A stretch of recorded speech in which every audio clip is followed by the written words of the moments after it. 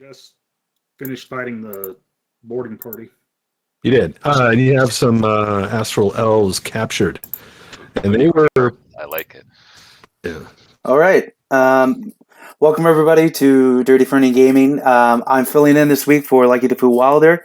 Us and a group of great friends so far. We've teamed up to do some Spelljammer with a marvelous DM by the name of Ra.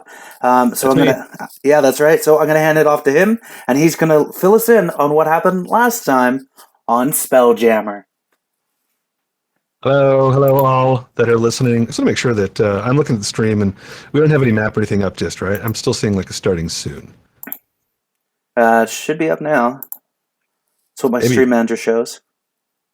Let me check again. And it's up, yeah. Yeah. It is. Maybe I just don't know how to use Twitch. That's most likely. Last time on DM Ross Spelljammer, he started to learn a little bit about Twitch. And not that I've been running a game like my technical expertise with it is not so great because I do play, I do run another game. I do Witchlight on Tuesday nights, and I've been doing that for a year and a half or so. But I don't run that stream. One of the players is sort of it's his stream, and he wanted to do it, so he's been running all the technical sides of it, and I'm like, oh, I just hand it all to you. I don't know anything about this stuff, and I what is it? It's OBS, right? That's like the software, and like I get it wrong. I call it like OCS or OCD or whatever because that's how little I know about the stream.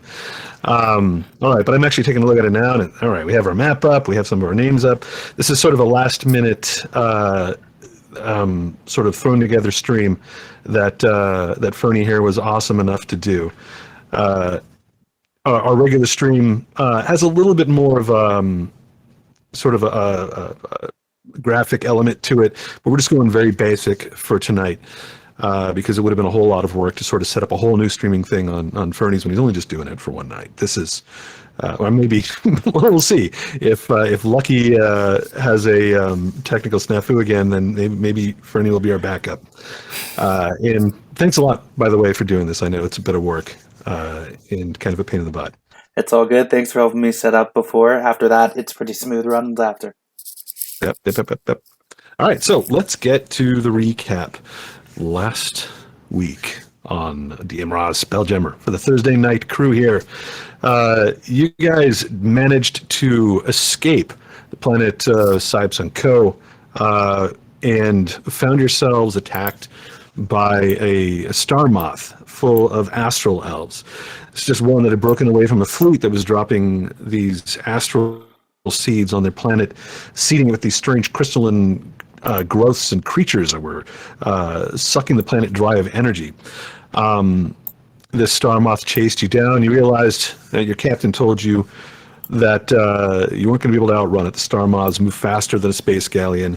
And after catching your breaths and preparing the ship the best you could, you pulled about and dedicated yourselves to a battle for your lives to escape this destruction of your planet and this fleet that seemed to be responsible for it.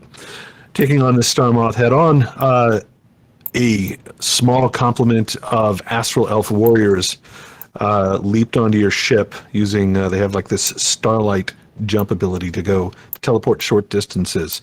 They found their way onto your ship, began attacking your crew, trying to take out your siege weapons, and you guys fought them off. Hard-won battle. You had a couple people on the ropes there for a moment. A few members of your crew shot down, and you even took the battle to them at one point with Solus being brave enough to leap off your ship and use his Hadesy flight to attack a member of their crew that was running a mangonel. Took him on for a couple rounds before I think he realized his bravado was a little bit maybe he overestimated his own abilities as the Hadesy and Plasmoids and the other ship began to beat the crap out of him. There was a moment, I think, where your group was trying to decide whether you would try to take their ship, but you knew that only Solus could really get there, and maybe one other member of your crew. They still had gunners on their ship, and you didn't know what was inside the ship itself, if they had more troops or whatnot. But your ship captain, Sartell, she ordered you back to the ship, and the Moon Dancer began to pull away. The Star Moth, apparently not having enough troops to confidently take on your ship, pulled away as well. You managed to capture these astral warriors that had jumped onto your ship with the help of some of these rivals of yours from the other ship, the Dustwing, that had been destroyed back inside Sun Co. A couple members of their crew, a dwarven cleric of the Forge named Aelig, and a brawler by the name of Outhouse John, helped you out in this fight. And they are still here on the deck with you. I think without their help, this would have been a lot harder. Because these Astral Warriors are no joke. They, with one hit, could almost take down some members of your crew. You now have them tied to the mast. You have pulled away into wild space, leaving the planet of Cyb Sun Co behind, as well as this Star Moth. You have talked to these warriors, and they seem pretty open about what they were doing, at least from their point of view. They are soldiers. They don't really know the full scope of what was happening back on your planet, but they told you that they were seeding that planet to take the energy from it to power a star in their own wild space galaxy.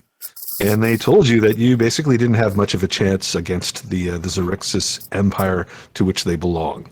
They suggested that you forget all about this, set them free, and if you're lucky, the Xerxes Empire will not pursue you and not hunt you down and murder you. And I think that's kind of where we were. Yeah, that was like perfect. And as we can see, you guys are on this map here with your ship and these guys tied to the mast out in wild space. I'm going to jump you over to a different map. This is just your ship because the Star Moth is gone now. It has sailed off into the darkness of the stars, and you have headed to making a beeline for the Astral Sea to get away from this place. Good riddance. Yes. Good riddance. All right, so switching to the map over here. This is sort of a layout of all levels of your space galleon, the Moon Dancer. I have all of you kind of piled up on the top, the top deck, which has like the stern castle, the forecastle, and the deck below.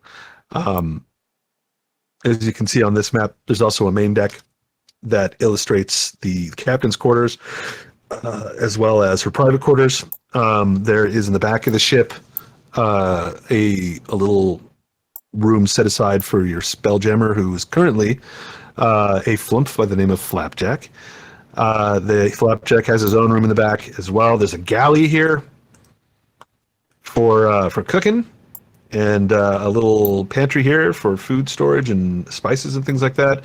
There's a little map room over there, kind of right next to that little navigation chamber.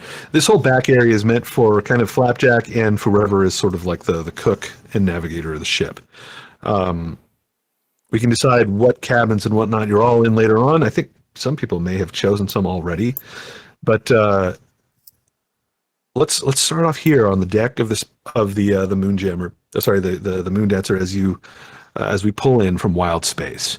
These elves still tied to the mast. I think you guys were talking about what you were planning to do next. And Captain Sartell has told you that you need to get supplies. Your mangonel is still broken. It never got fixed before this battle, made it harder for you guys to defend yourselves. She has suggested going to this planet in the nearby system called God's Breath, which is an agrarian planet, kind of another one out in the fringes of the Astral Sea that you can get supplies at, repair the ship, kind of lay low for a moment, get your bearings before you continue on to another planet where she has heard, where she knows of someone that has dealt with astral elves before. So I think the first question is, do you have any other questions for these astral elves? And if not, what do you want to do with them? There is a brig in the Moon Dancer down on the steerage deck, right in the back. You already have some members of the Dustwing locked away in there, Baticus, Nuts, and Captain Travis. It's getting a little crowded. Solace would be willing, if you guys want to swap the rest of the crew out, because Outhouse and Aelig helped. So I don't know if we can fit all these soldiers plus the bad crew in there, you know? So maybe as a gesture of good faith, we can let the rest of that crew out, because it seems like we're going to have to work together for the rest of this. Captain Sartell says, I don't know about Travis. He's the one that's more of the instigator amongst. As the captain, he gives orders, he starts plotting, then there could be trouble. The other two, maybe we can let them out. If you think that we can at least control them enough. I'll be honest, Captain, I don't like either of them. But if you think we could fit them all in the brig, I say we just shove them all in there. Just thinking about it. Anybody else want to weigh in? Let's talk to the other crew and see if they're willing to work with us now. And if not, then shove them all in the brig. I still need people to test out my new explosions. So those blindfolds are really tight, right? What's that? The blindfolds are really tight, right? They are. In fact, you've probably like tied their helms on and blindfolded them like within their helms. That way they can't like take them off easy. Put their helmets on backwards. Got Yeah. I don't know how it would work. Ow! Yeah, very tight blindfolds. Yeah, you've been pretty careful with them. Let's have you guys head down to the steerage deck then. You can talk to Baticus, Travis, and Nuts about possibly making some sort of an alliance with them against a greater enemy. We'll say that Aelig and Outhouse join you to sort of help make your case. Outhouse just kind of goes with the flow. Travis is his captain. He's not really sort of smart enough to make big decisions like this. Aelig is a lot more reasonable. And when you get down and begin talking to Travis, he sort of leads the way, stepping to the bars and saying, "Aye, Captain, the crew here, they're thinking about letting you out, all of you. They've got bigger problems. There's whatever it was, you know, the beings that were dropping that all those crystals on the planet. They're elves. We just fought them off above deck. You may have heard it. There are bigger things afoot in the galaxy, and they want you to. Well, they're asking for your help." And Outhouse is like, "Yeah, we all work together. Woohoo!" Did mighty well. Only half of that's true. And let's first start here. Captain, you're not allowed out. That's an order. But if Baticus and Nuts could behave, we're willing to let you come out and to see the stars instead of being locked down here. Nuts, I don't need to give you another haircut, so hopefully you learned your lesson. Baticus, I'm not sure about you yet. That's just sitting like on a bed, her arms folded, her hair chopped and sticking up in funny angles. Kind of the way it does, like when you cut someone's hair short, kind of gets out of control for a little while. She's like, "I'm gonna cut my hair out." She's kind of mumbling to herself. You're not entirely certain that she's going to behave herself, but you don't think that she is capable of running a mutiny on the ship. Give me an insight check. Is that party wide? Sure, anybody can do this. This is sort of get to the lay of the land with these rivals, with Travis and his crew. Let's get somebody that's decent at this. Ziz, you think that without Travis giving them orders, for one, Baticus doesn't have the temperament to be any sort of a leader. Like, he might be like a brawler and a rabble rouser. He might cause up some trouble, but you don't think that he's capable of organizing any sort of a mutiny on his own. Same thing with Nuts. She's you've encountered these, like, all of them before, you know, kind of here and there in the galaxy. Your biggest problem is Travis, and Solus saying, you know, that Travis isn't going to be let out is probably a pretty smart move. Aelig didn't quite understand that when you came down here, and Travis, in response to this, says, "Why don't you let me out? I could be helped too. I know things about the galaxy. I have my own contacts. You can't just leave me locked away down here forever." I'm sorry, did you say you don't want your friends to come out, and instead you want to all be locked in there? Travis kind of crosses his arms and stands in front of the gate, and he looks back at Baticus and he says, "Who are you loyal to?" And Baticus says, "I'm to you, Captain." He kind of gives a big salute, And Nuts is like, I want out. Travis kind of just gives her a look like, you traitor. It doesn't say anything. We'll look at the rest of the party and be like, well, you guys want Nuts to join us, or? I like nuts. They're willing and able. I don't see a Oh. problem with that. I guess it's okay. All right, well then step right up. You I can two be to the back, helpful. please. I promise I can be helpful. Nuts is coming up. She's like, just let me out. I don't want to be in here with these guys. He hasn't taken a shower in like 2 weeks. Yeah, I don't blame you. I could smell them the minute I got down the west step. That's your Nice, upper lip. please. Baticus yells.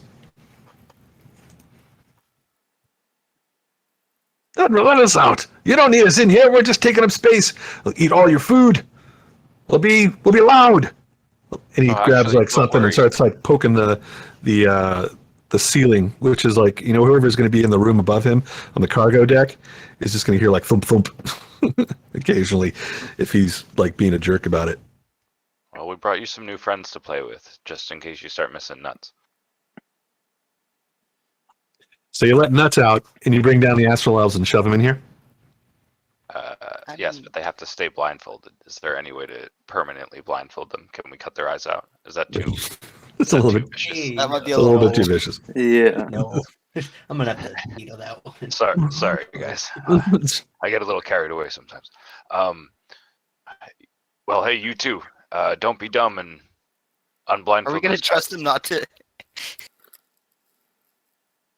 Do we have a separate holding area? You only have one brig, and this is it. Unless you clear out like a room and retrofit it or something like that as a brig. That is a possibility. Can Wham and Para work together and maybe like fortify a room? Solace will gladly give up his room. He'll sleep above deck. He doesn't care. This is going to be mostly to Tara. Wham's kind of like, you know, not here at the moment. But he'd probably be like, I can do it. Ooh, Maybe we can set that. traps in case they try to escape. Oh man. Tara, I've never seen anyone rivet things better than you. You think you could fortify my bedroom door so you can lock either Dumb and Dumber in there or maybe those elves? Oh yeah, I can lock it so that nobody can get in or out. Perfect. Testing one of your bombs. That's a bonus. All right. So who do you want to... The room is going to be a little bit less secure than the brig. So if you decide who you want in the room and who you want in the brig. Putting these guys together, like, you know, mixing them is probably not a good idea. So it's probably smart to find another way to separate them. Just decide which room you want to be the brig for Baticus and Travis, assuming that you're locking them in someone's room. Probably I this think one. ne'er-do-wells are probably the lesser threat. They are. There's only two of them. I feel like the highly trained astral elven warriors we should probably put in the proper brig. Yeah. And then we can, you know, be nice to Baticus and Captain Travis and give And just a little lock them in bit a regular room. in a regular room. All right. I think somebody had pointed at this room right above, the one that Baticus was kind of making noise on. Hmm. So we'll put them in there. And then let's unkill some of these astral elves and shove them in this room.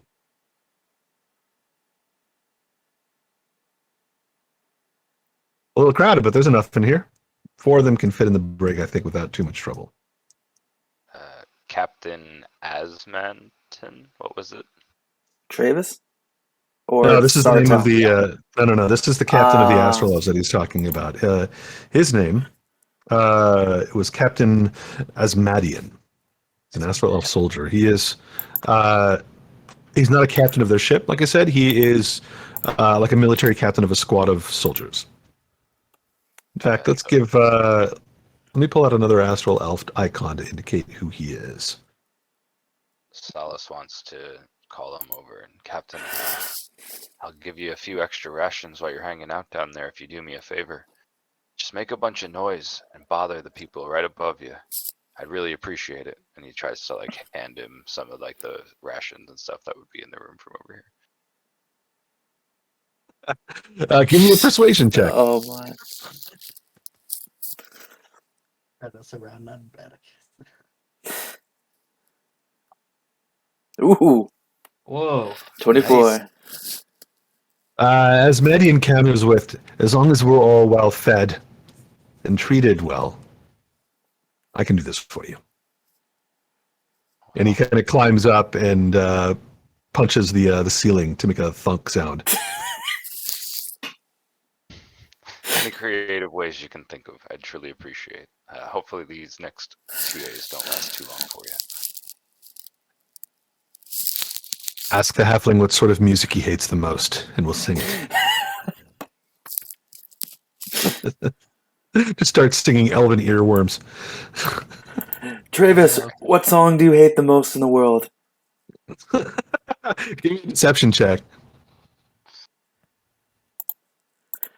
Oh, I have I'm gonna good see if you person trick annoy it, Sean. you.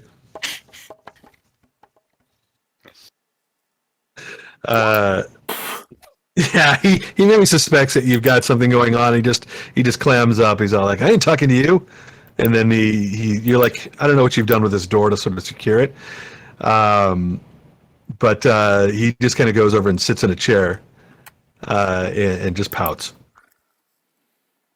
And he's like, "Could you guys bring a pail of water or a bath, please?" Hey, And the he's answer to trying my not to look question. He's trying to look at Baticus.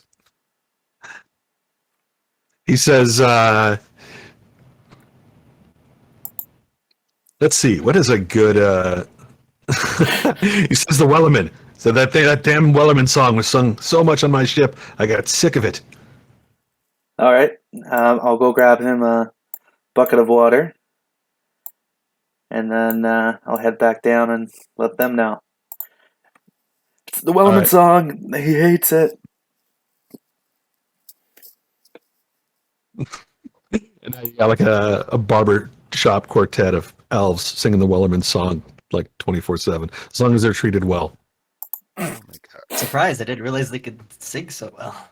Let's see how well they can sing. I'm going to roll real fast. Oh, God. Oh no. Maybe it's going to annoy you too. Yeah. You're going to have to pay them again to stop. Hold on one second. I gotta check to see what their charismas are. Oh, hey, they're bad. They're bad. No. Bad. They're bad. Never mind. They're bad. I rolled a 7. They're really bad. They're pretty bad. Maybe this works even better for you. Over the course of the next few days, the song sort of echoes out from the steerage deck. Some of the other members of your crew have taken to being, placing themselves up on the upper decks or away from their rooms. And let me see something real quick. Funny enough, when you bring this bath to Captain Travis in Baticus, you see him, even though the singing from the Astral Elves is pretty bad, he's kind of just tapping his foot and nodding his head. So even though this is a terrible song, you think he's enjoying it. You're not entirely certain, but he's sort of humming along. And then he thanks you for the bath when you bring it in, and then he orders Baticus to take one.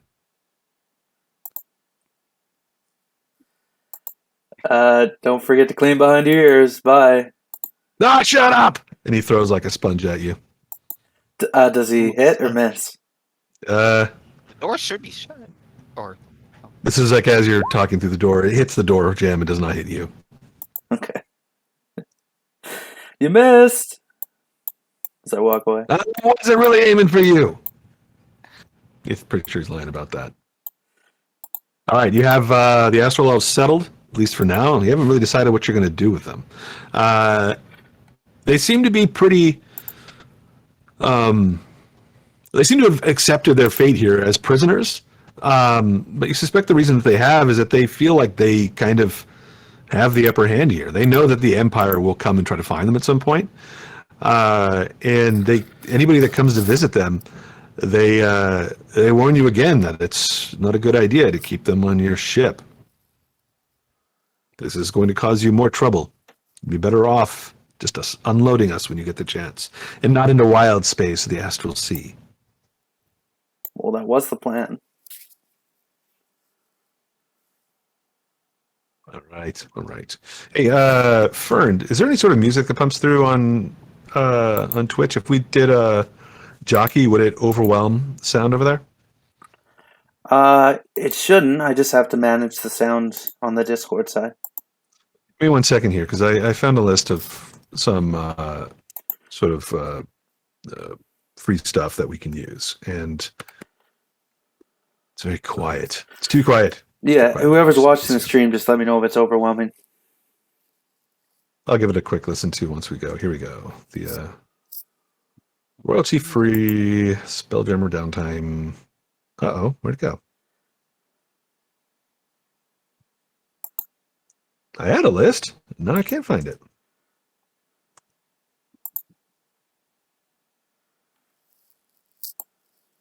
Hold on one moment here. I need to have something. It's too quiet here. Can you hear my thoughts? You can hear my thoughts, and they're not good right now. Hold on, I think I have something saved.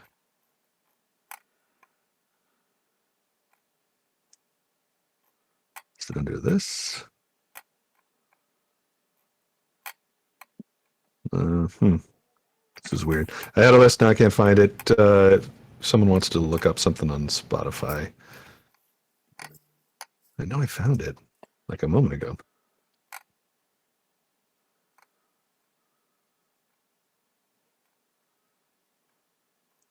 Oh, I think I can find it this way.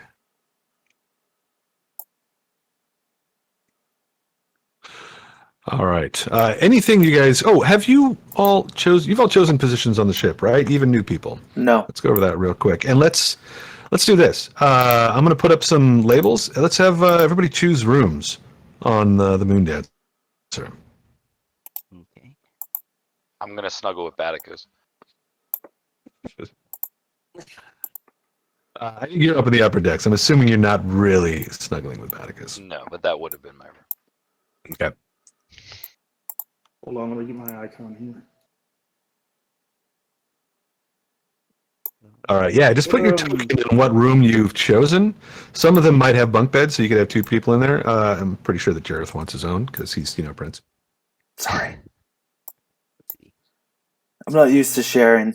I'm sorry. So I'm the ship's navigator, right? Yes. So I would be somewhere near Flapjack or on the main deck at least. Well, there's only two rooms on the main deck. One is Yeah. already Flapjacks. The other one belongs to the captain. Okay. What's this one's is? That's one that's got bunk beds in it. Well, we could have been bunkies, but that means somebody else would have had to give up their room. This one's got a cat in it. Oh, I that's like cool. cats. A couple of them have cats, I think. I don't like cats.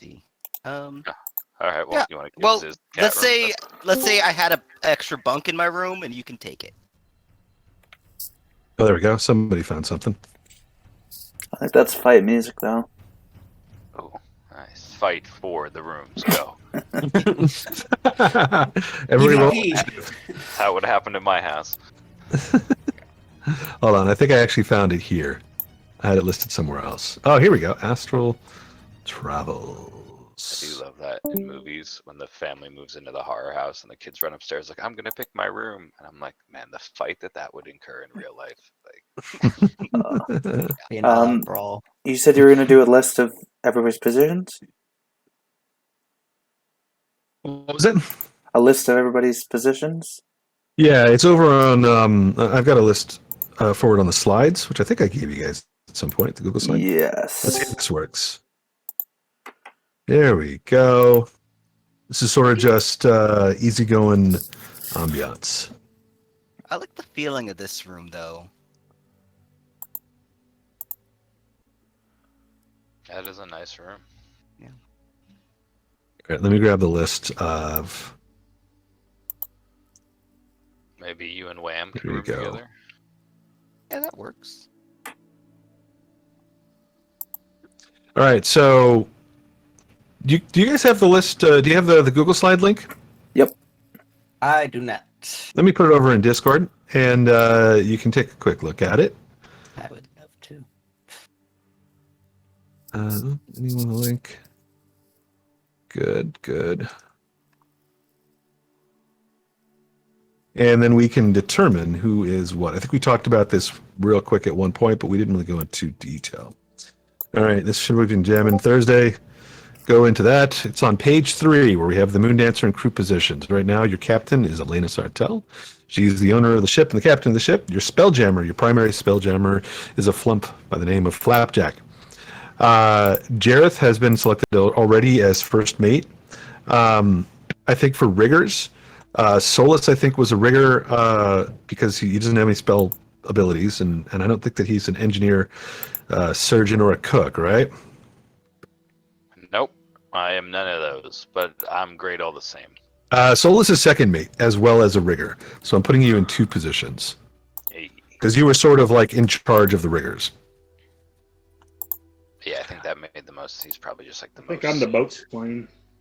Yeah, the bosun is definitely Terra, so I'll put you in there as bosun. Surgeon would be anybody that has healing abilities. That would be me. All right, that's going to be Ziz. No, that's not Ziz. No, Oh, who's that was it? Ryan. That was Ryan. Oh, dude, you snuck up on me. I think Ziz is the magic monkey. Magic monkey. Yes, yeah, Ziz is. And I'm going to spell your name wrong. Those of you watching the stream, I've just thrown up the Uzis. slide so you can see what we're all looking at. It's 2 Z's, right? Yeah. Boop. I don't think you have a cook, do you? You said we did. No, I don't know if anybody in your crew is. Is it? What is I think it's Wham. proficiency, do you I think it's Wham. Oh god, that's awful. No, no. That's kind of terrifying. You're auto gnome cook. Everything just tastes like grit and coal. I'm gonna put. Thinnest crew to ever sail. I think engineer and maintenance were also. I think Wham was also that. So Terra and Wham, I think, share those. The So they're bosun mixing sort the of cooking position. oil with the ship oils. What's Wham's doing? Yeah.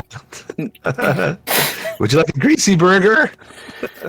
Not that Literally good. greasy Incredible burger. today. Mhm. All right. Who does not have a position here? I think we have everybody assigned at this point. You guys don't have anybody that are technically swabbies. In some of the other games I run, there's like people have absolutely no like skills that are relevant. They're just like swabbing the deck all the time. All right, that's good. We have nobody in the cook position, nobody in the swab position. We got Solus as sort of your second mate / rigger, and everybody else has got a job. Ziz, you're kind of also, I think you said navigator, right? Yeah. So I think what I'm going to do, yeah, I'll just leave you as the magic monkey for now, but you're also navigator, so I'm going to put like a / navigator in there. And I can't type. There we go. Pressure. It's all the fans Pressure. watching. Was it? Yeah. Okay. Solus is second mate. That's what I was thinking. Yes. Yeah, it's all in there at this point. Okay, good. Let's go back to this map here. You guys are choosing quarters. I'm just going to label you all real quick. I have to kind of copy and paste these. And then We're all change your Jareth's names. quarters. You're all Jareth. Good, Yes. good. Well, it I makes- it paid makes a some lot to sense. get on this ship. Oh, I'm pretty sure one my. of your beds. I mean, I'm pretty sure the king paid money to make sure I became first mate. He did. He totally is bribed. Sartell. So that bringing you on as first mate is the only thing keeping this ship going right now. There you go. All right. Or What was it? he runs on Elythium or whatever his currency was. Currency is the same. The country or kingdom's name is Elythium. Yeah. Elythium. All right. Yeah. I think we are good. There's actually room. I mean, there's room in here if Solus wanted a room, but if not, then if you just sleep on the deck, that's fine too. Oh, we don't. Not everybody. We all picked. That's it. Everybody's picked. Some of the rooms have 2 beds, so like, yeah, there's a whole room that's open here that probably has sailors in it, But some of the sailors also like sleep in hammocks on the cargo deck and the steerage deck. These rooms are mostly meant for like officers, which most of you are. All right. Well, I will push out bottom bunk and just have a lofted top bunk and a little jungle gym on the bottom that he can hang on like a sloth. All right. I'm going to label yours Jareth's quarters too. Room so he doesn't make you guys food and greasy burgers that are awful. It's okay, Wham. You rest it out. All right. We know how you robots need long night's sleep in a bed. All right, so where we are headed next. You guys, once you've settled into the Moon Dancer, life on this ship returns to somewhat normal for those members that have been crew before. You head for a few days through wild space, leaving the system where Cybersun coexists. About 5 days later, you pass through this sort of outer edge of wild space and into the Astral Sea itself. That's where things change for those that are spelljammers and non-spelljammers alike. Those that are not spelljammers, you suddenly find yourself in a weightless environment. The darkness and the stars that were surrounding you before it changes. It seems more silvery and sort of multicolored, almost like you're sailing through like an oily expanse that's some pastel colors mixed in with like nebulas around you, and the environment is no longer anything that you have ever seen before. Occasionally you see asteroids kind of flying by, even kind of loose planets that have made their way out into the astral. You see storms in the distance with lightning kind of flashing. It almost feels like a three-dimensional ocean that you're in. For those of you that have like been on a ship before, where you've come into like a dead calm, or like the sea is so still that it seems like glass and reflects the sky above in the waters below. It almost feels like you're floating in the middle of nowhere. It's like this sort of like a constant beautiful sunrise in the morning. And of course there are moments where you pass through areas of it that are darker than others, and menacing sort of phenomena can be seen amongst some of these nebulas and clouds and space dust or whatever it is that passes by. Your captain, Sartell, knows this area of the Astral Sea pretty well and is able to avoid some of the more dangerous locations. But once you get to the Astral Sea, traveling from wild space to wild space region falls mostly into the hands of your spelljammer, who just thinks about where they want to go, and the ship goes there. There's no specific distance between spheres in the Astral Sea. Things move around.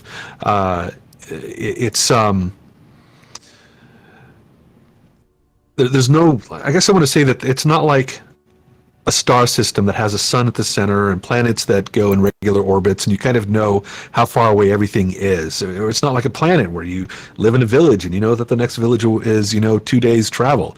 The Astral Sea is infinite, and things are constantly moving about in it, and there's no rhyme or reason to how that happens. So sometimes these places that are way at the edge of the Astral Sea, like Cybersun Co., occasionally they find themselves closer to other wild spaces that maybe they've never encountered before. But it's up to spelljammers to kind of breach this distance between, one wild space galaxy and another. And once you've entered this area, like I said, the gravity of the ship changes. The air changes as well. Like there's no sort of in the days that you spent on the Moon Dancer traveling in wild space, there was a bubble around the ship. You could kind of see it if you looked just right. And those that weren't spelljammers would be informed by the other members of the crew that while in wild space, the spelljamming helm that the magical helm that Flapjack sits in and controls the ship from creates this sort of environment of air around the ship, but it's not infinite. It's not restored. You need to kind of drop by other planets or other places that have oxygen and refill it occasionally. A large ship like the Moon Dancer can go for quite a while before that needs to be done. But after about 5 or 6 days or so, the air starts to feel a tiny bit stale, like you've been recycling it, and there's not a whole lot of there's no new oxygen coming in.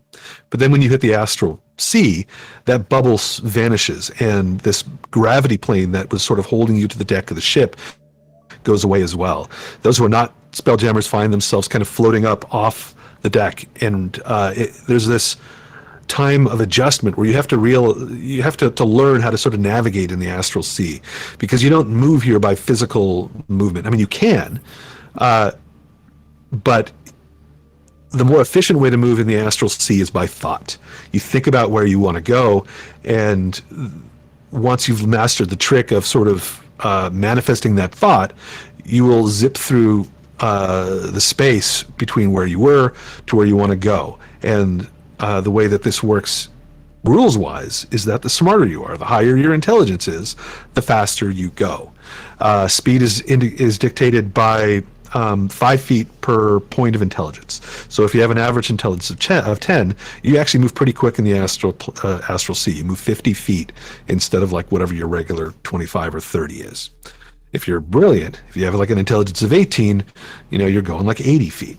So also, once you're in the Astral Sea, there is not a whole lot of up and down.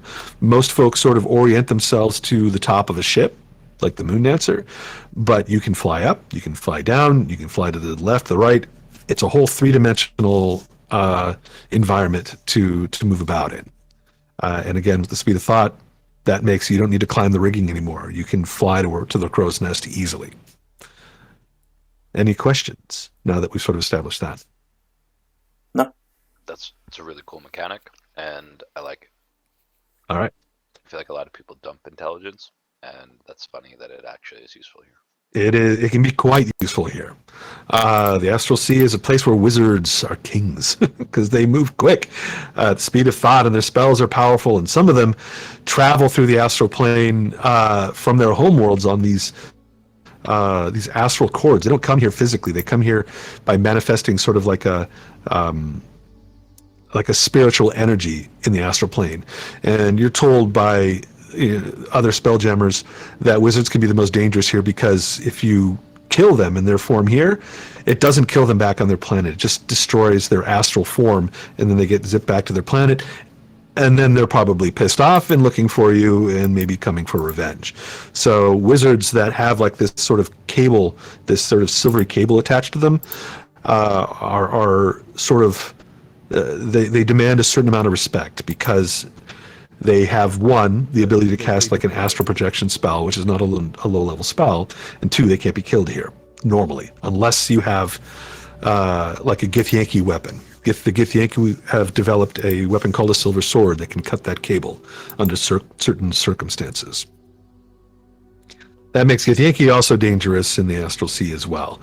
They have vast empires here, and they have their own ships that have adapted to this sort of weightless environment of the Astral Sea. They have quarters. It's almost like they've taken 2 galleons, cut them in half at like the water level, and pasted them together. They have like an upper and a lower level that mirrors itself.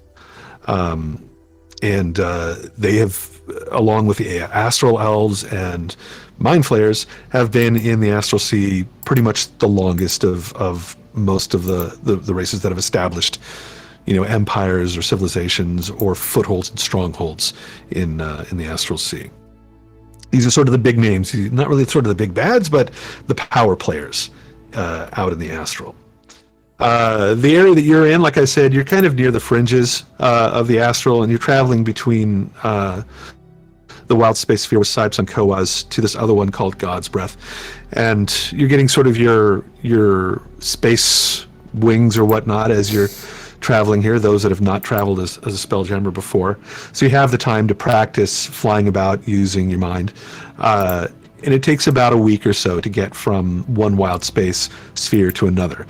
And when you arrive at this next one, you pass through the edge of the astral back into wild space, where this bubble now forms again around the ship, and gravity returns, and you find yourself feeling very heavy, almost like you've got like your If anybody's been sailing before on a ship for a while, you come back on land and you got weird sea legs, right? So everything feels kind of strange. Same sort of thing happens here when you return to wild space. Another interesting about the Astral Sea and the difference between wild space and Astral Sea is that time sort of progresses at the same rate, but not in a physical way. Like you don't get hungry, you don't get thirsty, and you don't age while you're in the astral. So for that time where you're traveling between spheres, you don't really need a lot of the same resources that you normally would. And you were almost out of them. Like when you left Saib Sun Ko, those 5 days that it took you to get to the astral, like you'd already gone through a lot of your stores. And even though you could have gotten to like another wild space region, you need to get to one that had like a planet kind of close by, and that's what God's breath is. So when you return to the wild space here again, gravity comes back, the bubble reemerges around the ship, and you find yourself in that dark, starry sky again, traveling through wild space. You travel past a couple of other planets, heading closer to this sun, which grows a little bit brighter and warmer the closer you get to it, and eventually you find yourselves descending onto a new planet. This one is another one that's connected to the Radiant Citadel. And like a lot of the planets connected to the Radiant Citadel, it is kind of newly rediscovered. So it is not highly populated. It has a few cities, but mostly it has a lot of villages and towns. And the one that you're going to is one that Captain Sartell has gone to before, and it's called Promise. She chooses this one because it's along a river, and the Moon Dancer can land out kind of away from this town at night and sail up the river like a normal ship, coming to the small docks of Promise, as morning arrives. Let's get to Promise here. I imagine Oops. since it's been like a number of days, we've had like a long rest since. Oh yes, you've had more than a few long rests. So if you haven't updated your character and since the last game, you guys should all be 3rd level now, just to remind you. And full hit points, restore spells, whatever else you need and get from a long rest. We're gonna pick a new season. You want to pick a new season? The season, if you're interested, are you looking for one that's kind of like appropriate, or are you changing something for? Well, because I'm an Elogen, I can change seasons whenever I take a long rest. I think I'm just gonna roll and see what I get.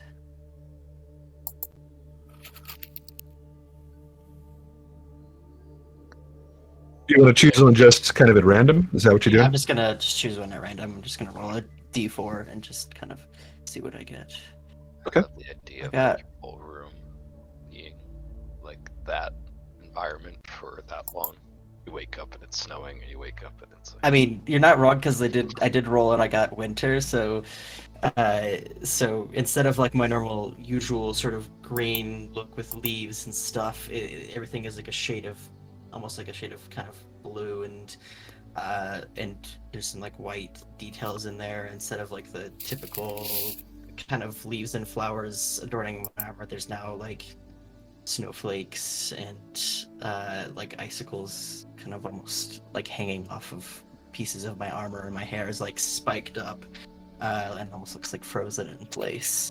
Does this change your room environment as well? As it becomes sort of like the cooler of the ship? I don't know if Frost on the door? physically, but if I think it would be interesting if it did. I mean, you're kind of creating cold around you now at this point, right? Looking like Jack Frost. Jack Frost. It's the Santa Claus. That's what's going on. Beard starts growing. But jokes aside, snoring, and that's why you come out cold. Jareth doesn't snore. Don't tell Jareth he's No. He probably doesn't snore. Elves, I have a feeling, it'd be very weird for an elf to snore. What a terrible, like, funny trait, though, if you're the elf that snores, like, everyone, like, meditates peacefully for 4 hours, and you're just it's like... Yeah, they can't snore because they don't sleep, right? No, just meditate. All right, give me 1 second here as I arrange for this next adventure. I need to grab all your tokens and make sort of copies of them. Because when you're all spread out on the ship like this, it takes forever to find you. So I'm putting a sort of a group of you up on the top left. It's going to be sort of where I draw you from. Rob's toy chest. Yep. Wham is still malfunctioning, so we'll kind of have him off to the side here.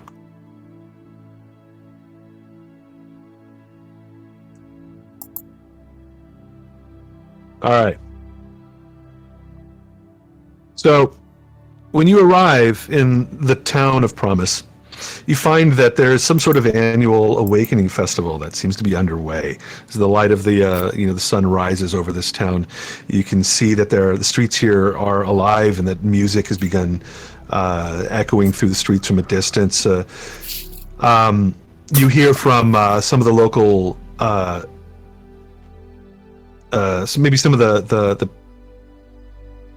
sailors in your crew would be familiar with this place. If anybody's got a history check or a history skill, go ahead and roll it. I'm not sure I did it. I really should have because it's my main stat. Does anybody have like a background thing for history or kind of just knowing stuff? Just Elythium's personal history. I'll Okay. lie to you about the things I don't know. Yeah, it doesn't look like anybody's got like a great role here. Jareth, you've heard something about this, but like it's kind of evading you. It's just beyond kind of like where you rolled. And you wouldn't be familiar with this anyway because you're kind of one of the newbies here. It's deep in our history, our lore from pasts. I remember hearing something in the archives. Yeah, maybe there's something slightly familiar to this. You're from a planet that is connected to the Radiant Citadel, so maybe some story came through at some point, and there's things that are similar to like other stories that you've heard, but you can't put your finger on it in this situation. But it seems like when you step off the ship and onto land that while this festival is being built up and starting there's almost like a sense in the air that like it's a little subdued. Like most places that you've been to that are having some sort of a festival, like it's just the nature of the festival. The people are excited and raring to go but it seems like people are kind of going through the motions in this festival. They're hanging things, but they don't look especially excited. There are a few merchants that are kind of rolling through with carts, but the carts look like kind of half empty. There are some performers that are playing music and they're doing their best, but they're not drawing the sort of crowds that you would expect. I mean, they're playing just fine. There's nothing wrong with it, but like there's kind of a pall that's hold over Promise that you don't quite know the source of. You've been tasked with heading into town, getting more resources here, repairs for your ship. You took a little bit of a beating in the last game when you guys were escaping Saib Co. You also need some more. You're gonna have to bargain to get some of these supplies because you used up a lot of your funds at the last in Saib Co. in the night market and didn't get all the things that you had paid for. So Captain Sortel has sent you into town here, hoping that perhaps you can make some deals with the locals, something that will help you get back on your way. Mostly she needs the ship repaired, so there's a lot of she needs wood and rope and supplies and things for repairs. How much can she give us, though? Just so we have sort of a number. Let's see. Because we've got 100 in the pot, plus if one of us wants to put in some of our personal cash. I don't have personal cash. I think my character started with. Yeah, you guys started with kind of nothing. Most of you are kind of broke. Except the prince. Except the prince. He's still kind of broke too. The amount of money you have is not enough to buy all the things you're going to need to repair Moon Dancer. She gives you 100 gold and says, do what you can with this. Okay. Make this work. You also have gear from the from the Astral House, and you might be able to sell breastplates. Can They we sell had their gear? longbows. Yeah, that was my- You can, assuming that the people here will buy them. Yes. Again, you're gonna have to do some wheeling and dealing to get some good prices for this stuff. This is also kind of like a smaller town, so you don't know if there's a market for like armor and weapons here. But let's say that you head into town hoping to find some merchants that you can unload some of this stuff on. Let's get a, let's say, let's get a history check. We're going to sort of use this history check as sort of like getting the lay of the land, finding merchants that maybe trade in the sort of things that you need, and maybe some merchants that could buy some of the stuff that you have. Did you put what we won off of them, like breastplates and stuff, in the Discord chat? I can right now. There Just so we know what we can 4 sell. breastplates. Okay. Here, I'll put the list again. I didn't know I think maybe somebody took one of the breastplates, so I'm not sure now. We didn't get that far. We didn't really strip them down or take them from anything. We just questioned them a bit, and now we're here. Okay. All right. 4 breastplates, 4 long swords, 4 longbows. Ooh. So we've got that to sell, 100 from the captain and 100 from our party treasure. Yeah. Let's hoping to do Some of that. something. Can I take a longbow and a longsword? As long as nobody else cares, it's not up to me. It's in party treasure at this point. I guess you put fact, them I to will- use. Party treasure is on page 2 of the slide. If you need that, I'll just copy these over there. I'm gonna ask if I can have the captains.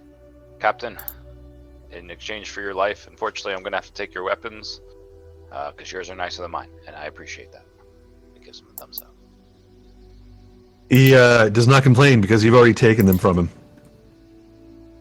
Just know that they'll go to a good cause, and maybe next time I see you, I can give them back to you, because I'll have cooler weapons. He just kind of gives you like shakes his head. He can't see because he's got this blindfold on. So, are you planning to use them yourself, or are you just selling them off to a local merchant? Well, at least one quarter. I'm gonna use 1/4 of them for me personally. I'm not sure what others are doing, but I might have to maybe put on an extra sweatshirt or something to see if I can fit into this, but we'll see. You probably wouldn't need to. The Astral Elves are fairly thin. I don't imagine that Solus is not like small sized, is he? I don't remember what I chose. I don't really want the armor as much as I just want the bow and the sword. Yeah, they'll be fine for you. They are designed for slighter frames, which I would imagine that Solus probably has. You're so complimentary. Thank you. Ah. Oh. I gotta drop the ban hammer here, and what's that? What's that? I gotta drop the ban hammer on somebody. What were they doing? Oh, some lovely advertising about bots. Fun. Okay. That's the first time I've ever seen somebody do that. Yeah. Banned about Dirty Friendly. Very cool. Getting famous. First time I've had to ban So somebody. I've dropped the That's ban what hammer. happens. That's what happens when you get famous. That's what happens when 9 people watch your thread. You're in trouble. All the people come out and they want a handout. All right. So did we get some history checks? I think we did. They're not super great. You guys spend part of your first day kind of struggling to find some locals to kind of pawn off this stuff and buy new things. This is going to make it harder for you to get good prices, but let's say that that you work with what you got, and I'll need some sort of persuasion check to see if you can't get better deals. You guys are already working a bit of a handicap because you haven't found the right people. Ooh, Solus. Lovely.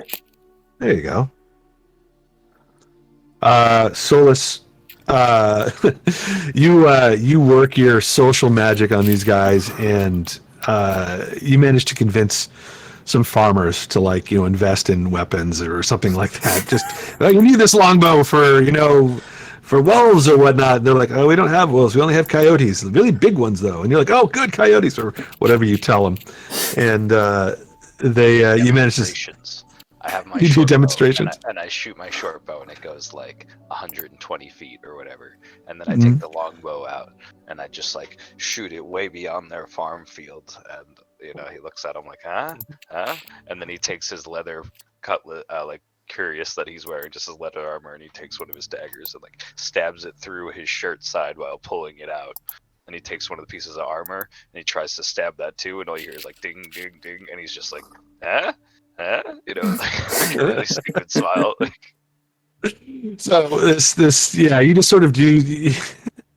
I feel like you pawn this stuff off on people that don't really need it just by being very personable, and you'll get half the cost of what these things are normally worth. So breastplates, long swords, longbows, any of the ones you're not keeping, go into. I'll help you with this, and I'll find the weapons cost. Right, real quick, Orion, do you need a breastplate? Do you have better armor than that?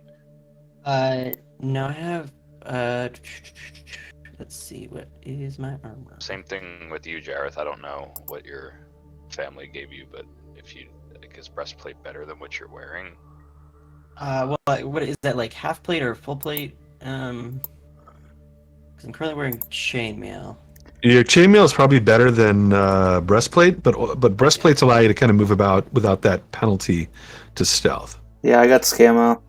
Breastplates have like an AC 14, and then they don't have disadvantage on stealth. Oh, mine does. A breastplate does? Oh, scale mail.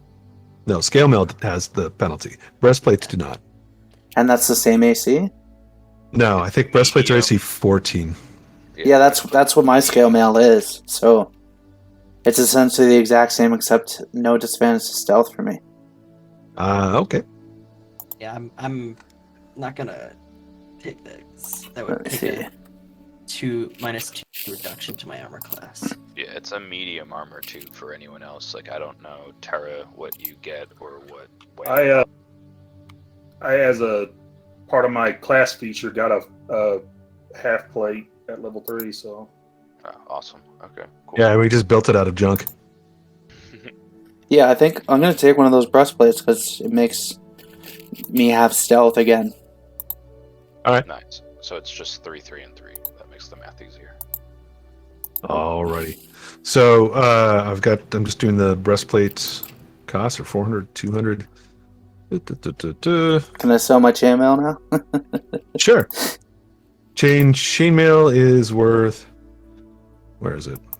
Or did you say you? At least you did scale mail. 70 miles. Scale mail. Oh, sorry. yeah, it's scale mail, right? Yes, it's scale mail. 50, 25. So I'm giving you a list here of what you're selling. Anybody else selling personal stuff? How much are elf ears? I can make you some for free.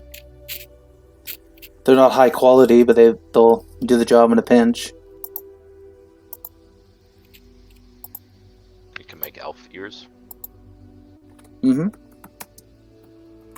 I did sculpting in my time of younger years.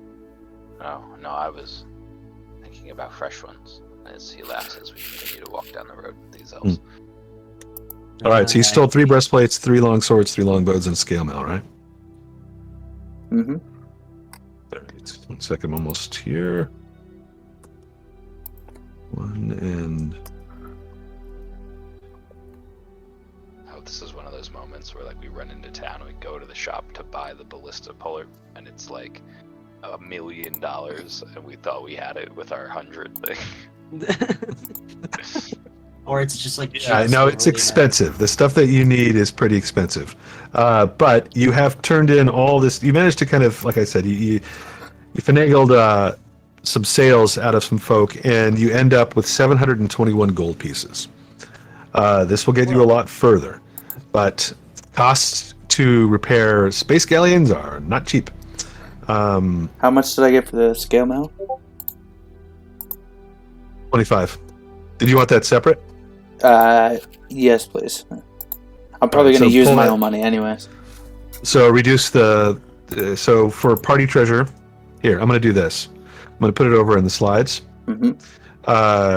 We'll take out 25, we'll remove these breastplates, long swords, and longbows, and you will be at 6 I think that puts you at 696. Plus another 100, so 796 in party treasure. Plus the 100 we won from. No, that's the total now.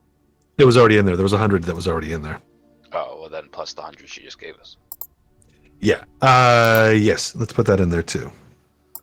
So 896. We're rich forever. Rich. That's a lie. Hello. And you know it. And I can always help out with some of my personal cash as well. All right, the prince is fitting the bill, Captain. You hear it? I said help, not pay for all of it. Well, Daddy that's cut cheap. off some money. that's helpful. The king didn't Alright, give me it's as alright, much as on my last adventure. The king already compensated me fairly well to take him on as a first mate. Unfortunately, we spent most of that money back inside Sunko, but we'll do what we can here. Repairing a galleon is pretty expensive. I'm not going to go into the weeds on that right now, but you begin negotiating for the stuff you need. And the raw materials here are pretty easy to get, and people are very willing to sell to you. It seems as if there has been some trouble here in the economy lately, and you learn that this world, God's Breath, is mostly like I described it last time. It's agrarian. There's a lot of farming and herding in this world. That's sort of like their main economy. The lands itself are sort of broken up into a couple of different regions and areas.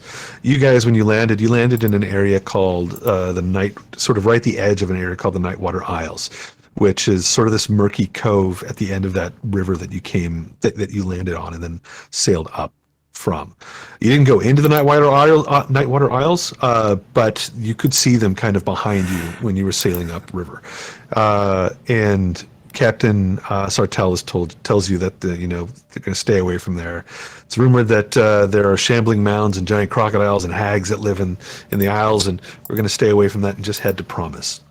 Beyond Promise, there is a zone of fertile soil that they call the Ribbon on this planet. It cuts a wide swath through most of the sort of gray-brown plains that stretch from the water's edge where the Nightwater Isles are deeper inland. Most inhabitants of the Ribbon live like on small family farms. They're joined together by pacts. This is what you're kind of told as you're kind of talking to the locals in Promise. They share resources and they make kind of alliance based on common interests. So they become sort of like there's different sort of like farms that group together out in the Ribbon, and then they will work together to sort of get their harvests in, and if their neighbors have trouble, they kind of help them out. Sometimes these different pacts have rivalries with others, but you begin hearing from some of the locals that the Ribbon's soil has grown less fertile over the last couple of years, and nobody in God's Breath knows why. And the residents have started to struggle here. Some of them have been kind of migrating into more fertile land that's a little bit beyond the Rattle, but it's also more dangerous because this is, remember, a world that was kind of recently rediscovered and resettled from the Radiant Citadel. You hear from some of the farmers, they talk about like strange magic out in the Rattle that might be responsible for this, or monsters. And when they mention there's oversized coyotes, they say that's a serious threat to the farmers out there. They talk about these things as being like almost the size of horses, and that they travel in packs out in the Rattle and can be a real danger. Promise itself is situated where the soil of the Ribbon meets like the Nightwater Cove coast. Its streets are paved, they're colorful. There's mostly two-story buildings at the max here. And there's a few worship houses and trader storehouses, schooling circles, and more. It's also the home to this festival that is happening right now. You learn that it's called the Awakening Festival. It brings the people of God's Breath together once a year into the town, and the participants trade wares, they relive their shared history, and they add to this thing they call the Awakening Song, which is like this verbal history of God's Breath. You learn about the God's Tale, which is that God's Breath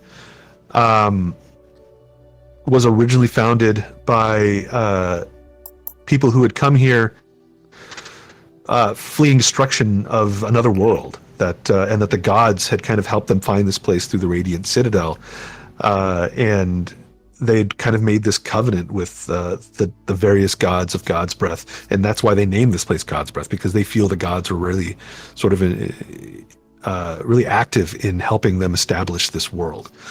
Now that things have begun to get a little bit more dire with trouble in the rattle, not as much crops coming in, they've talked about blights and things like that. Some of the locals are wondering if the gods are, that they did something to upset the gods. But nobody really knows. And you kind of go about your business, and because you have brought some things, at least gold and some weapons, to these people, and you're offering to buy from them, you become a little bit popular and known in the markets during this day where you're traveling about, talking to different merchants and locals. It's about afternoon or so when you find yourselves kind of walking through the streets. The music's kind of still playing, the festival's still going. When suddenly, a little bit further ahead, you see the crowds begin to part, just as like another verse of the Awakening song is playing, and you see a half a dozen people wearing the garb of the farm folk that you have met, kind of, coming and going from Promise. They seem to wander into the midst of this group of people. They look a little bit distant and sort of starry-eyed a bit, and rather than singing, they're kind of just staring about with this blank look on their face. And a moment later, you realize that their eyes are kind of like staring up a bit, and then when they come down and look around at the people around them, that there's this sort of blood red sort of coloring to them, very unusual and stark, and some of the locals kind of back away from them in fright. And then suddenly this group of farmers surge forward into the celebrants, raising rusty farming implements to attack. Now we can go back to that battle music, because trouble has found you. Yes. Do we have a map for that? Yep, we do. I'm going to bring it up in 1 second. Okay, I'll throw the battle music on then. All right, let me stop this one, because I think, there's a map for this. We'll go there 1 second. I'll stop my music, and you can put that battle music back up.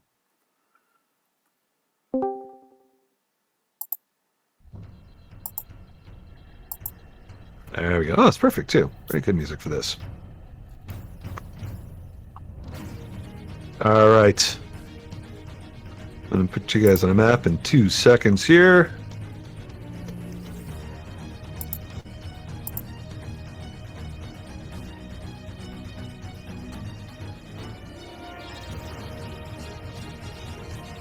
All right. One more moment here.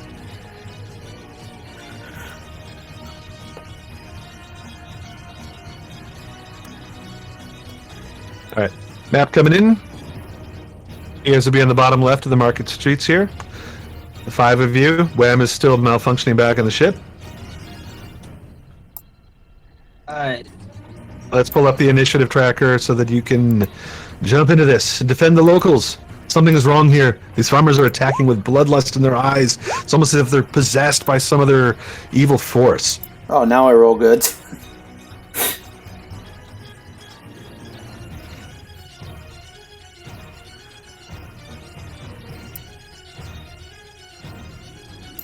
Zizzy and Solace, just to let you know, you don't have temp HP anymore, because that wore off when you took a long rest after the having it the first day.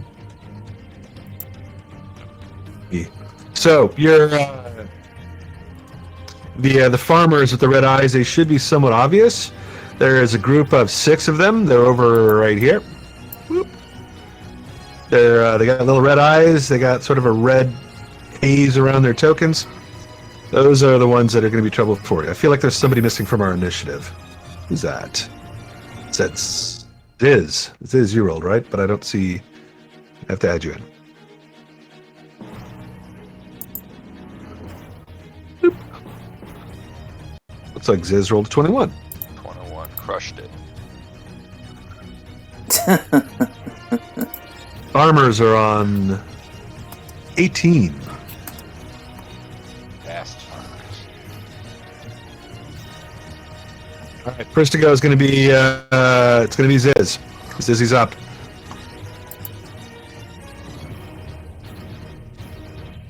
You with us, Ziz? Cannot hear you. Oh, how long have I been muted? I don't Maybe know. a minute? I haven't heard you for, I think maybe longer than that. I don't think I've heard you for a Oh, while. no. Okay. Let's have a group collective laugh for all the funny things you said first. Yeah. Oh, I'm hilarious. Oh, the shock.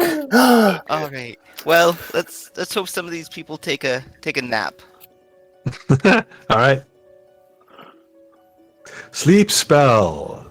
That's going to be a 20-foot radius. Let's bring out the 20-footer so you can place this thing as necessary. Let me give you control of it.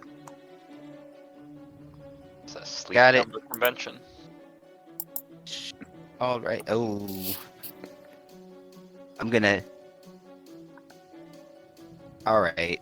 Well, there's gonna be overlap with some of the regular townsfolk. There will be. That doesn't cause any problems. All right, roll your damage. All right. Ooh, 30. That's a good one. Okay. All right, so I think that, yeah. Wow. snooze. We got some people snoozing here. Let's do this. I'm gonna put a little swirly on them, the ones that are falling asleep. Snooze, snooze, Not them. snooze. Descending health up, unfortunately. It does. Yeah. Yep. The farmers are a bit tougher than the local commoners. Actually, this one guy here, this guy's a little bit tougher. And then 8 points. Wow. This one. And let's drag him sideways, make him look like they're actually snoozing. Oops. All right, I'm gonna move this over here so it's out of the way. Okay.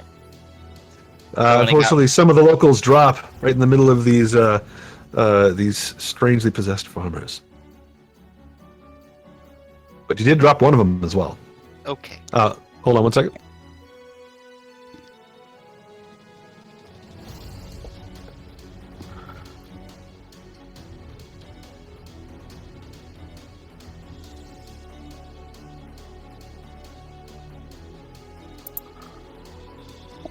Alrighty.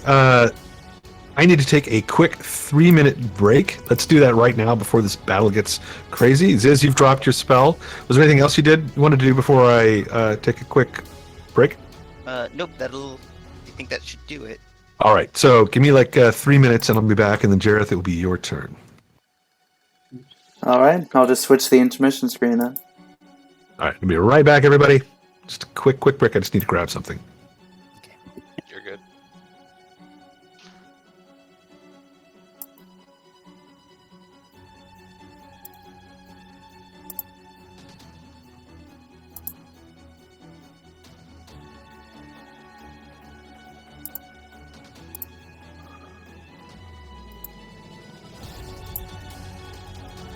Any of you guys have any idea how to spell that captain's name? No. Yeah. You didn't It's write so that weird. down? He hasn't written it down yet, no. And my attempts, I don't How did he say it again? I got Asmantane, but I don't think that's right. It was similar to that.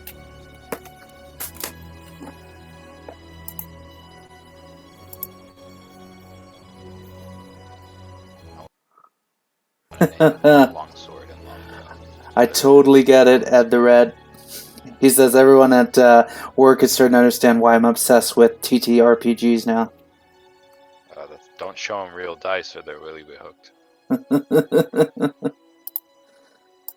man, I miss using real dice. Alright. decided just to bring like 1 or 2 up next to my computer just to like hang on to. I like that the computer rolls it. Like I'm never gonna be rolling them on the side and doing my own math, but I would love to play a game with real dice. I did that a few times when we first started with Rob. I guess I forgot to keep doing that. It's just hard to do the math sometimes, constantly. Yeah, Especially when you get into higher levels and stuff. Yeah, I only have 1 dice set because I don't really have much, so like I couldn't imagine trying to do combat definitely goes a lot faster using all of these tools. Oh yeah, and sometimes these combats take long. You know?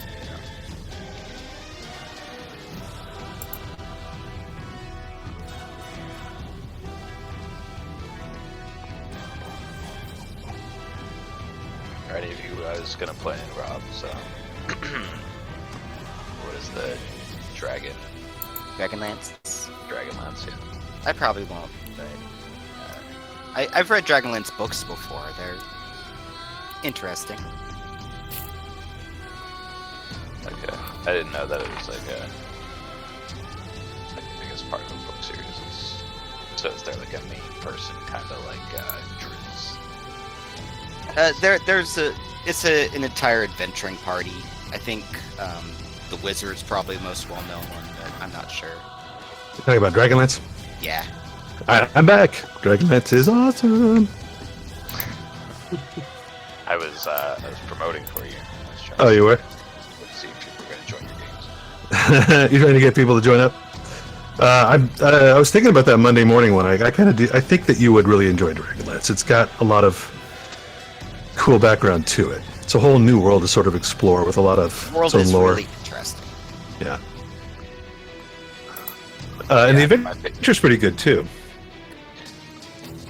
Can you give us a spelling for that captain? Oh yeah, what's the For the what? the captain? The elf captain. Of Asmadian? Asmadian. Yeah, hold on one second. I'll put it in there. Yeah, if you go up a little bit, you'll see it in the Discord chat. I put it up there right at the beginning, I thought. Didn't I? Did you? Dun, dun, dun, dun, dun. Maybe I did not. Oh, no, you did. I see it. Azmadian. Captain Asmadian. December 29th. I thought I put it in here again, but I'm bad. Oh, nice. All right, is everybody back? Say is Jareth back, because Jareth is up. And are we, actually, before we do that, are we out of intermission? Yes, we are. I'm here. All right, cool. All right, let's get back to it then. Everybody, we have returned. My quick break is over. And we're jumping back right into combat. All right. Well, I'm gonna move up here and bring out a sword, but for the bonus action, I'm gonna use the Hexblade's Curse and mark. I guess I'll mark this guy right here. All right. I'm going to give him a little red nose. Let's see what we can do here.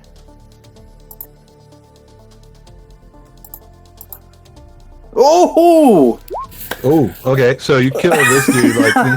Holy shit! Oh my god!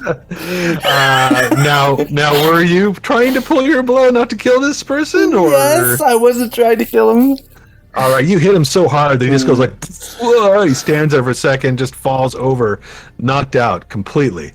Probably with a concussion. Might need some medical help after this. I shouldn't have marked him. I didn't need it. Yeah, he's knocked out completely, and then you did your Hexblade's Curse on him, which is gonna be like another 2 points of damage or something as well. So like, you hit him so hard that you feel bad. You're like, oh, I'm sorry.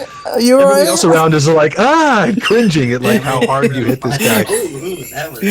Someone yells out, "There's something wrong with them! Don't kill them!" Frank! One yells out. He's unconscious. Just stand by with a medic, please. He'll be all right. Anything else from Jareth? I think it was bonus action and action, right? Yeah. The only thing I could think of is if I could find it at the time is to get the special scream. Ah! The Wilhelm. Yeah, although I think it was Jareth that probably did the Wilhelm, and this guy just went out so bad. He's didn't have just a chance. unconscious. You didn't have a chance for a Wilhelm He scream. went from 0 to asleep in Yeah. 6 seconds.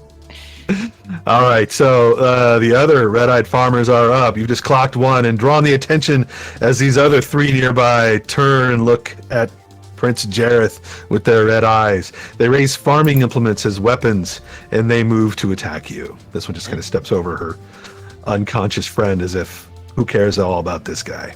Another one comes in as well. And they come in. They have, like I said, they've got farming implements. They don't seem to be especially well trained, but let's see if this is when I start rolling crits back. Wow, look at this. There's like crits all over the place here so far. Okay, I've got Three it. attacks. 3 attacks on Jareth. Here comes. Yeah. We're gonna get sued over that one. No, we're not. It's 3 seconds long. All right, hammer smashes you. Well, here we go. 20 AC 21. Yep. A sickle comes in on the other side, AC 14, and a pitchfork. First which one misses you hits. completely. They do D6 plus 1 damage. So that first guy hits you with like a hammer for 3 points.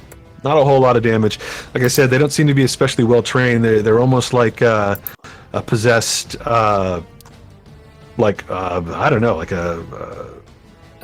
a horde of angry villagers. Except they don't express any emotions. They don't seem to care that they've been hurt. It seems like as if they hardly see you. There's no emotion on their faces. That's those. Whoops, there's also a couple others left. This one steps over her friend and attacks not the unconscious one, but the one next to him. And we're just going to do that here. Back away! Oh my god. Oh, that's going to leave a mark. Oh no.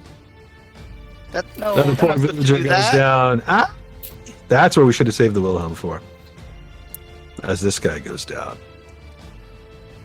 All right. Then we go to Terra. All right. Are there any that so we don't want to kill these guys, right? No. We need to break them free of whatever mind control they're under. So I won't put down my flamethrower.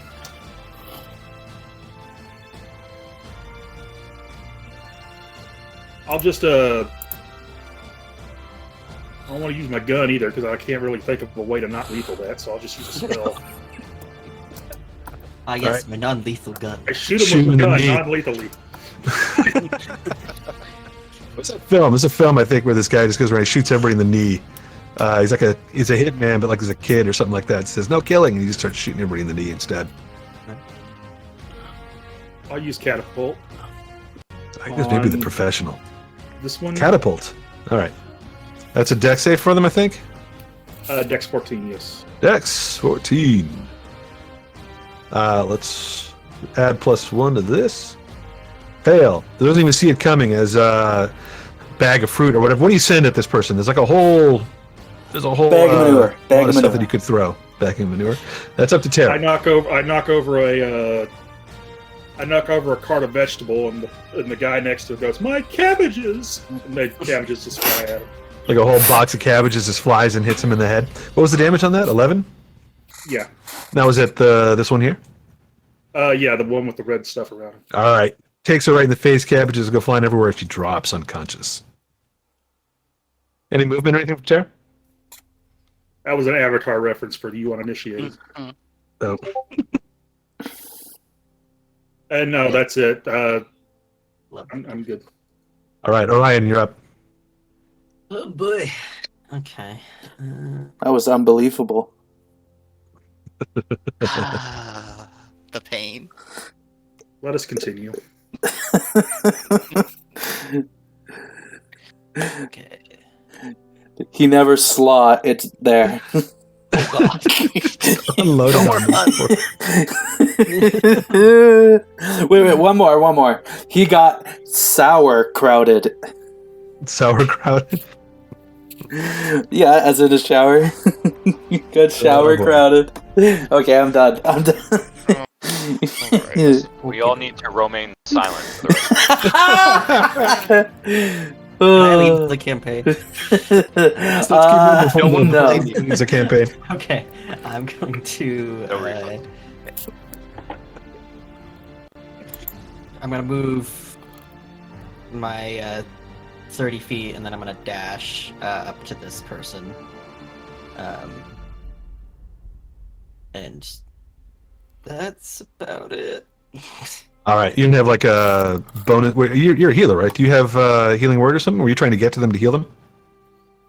No, I was trying to get to this guy to kind of get his attention and. Oh, this one here. You're trying to get Yeah. to stop them from hurting other people. Yeah, Got stop it. them from hurting other people. All right, so that you succeed in that.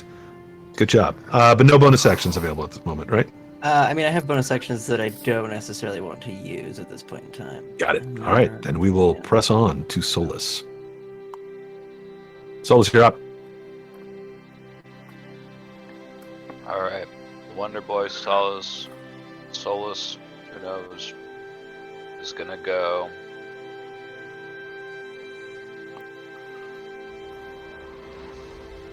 These guys are also red-eyed too, right?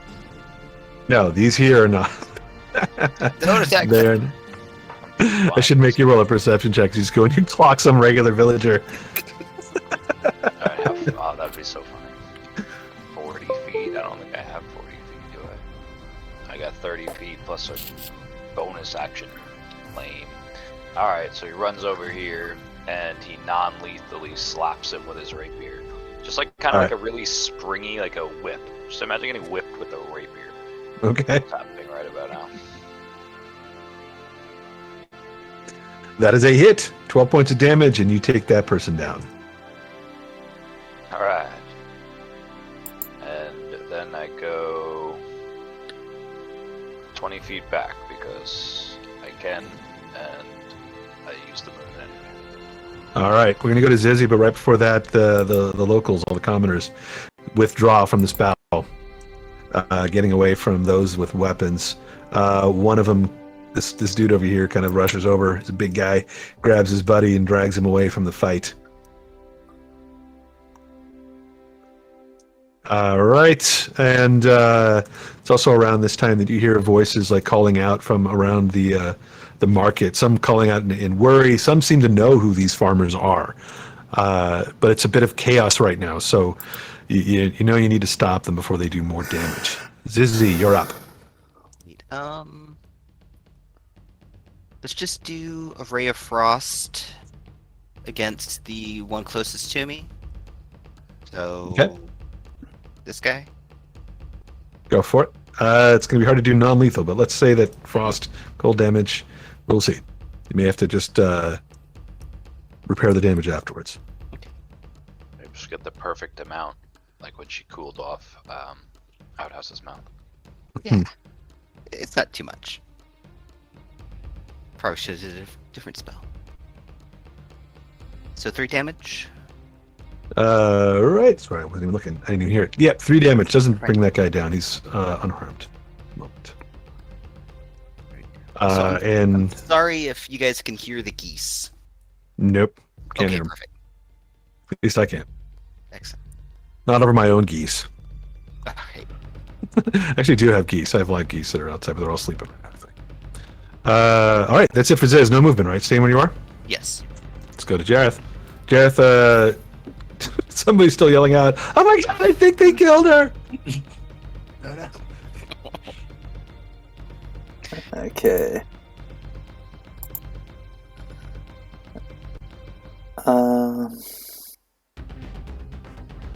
Sorry, my cursor's just sort of disappeared, so I'm kind of doing this slowly.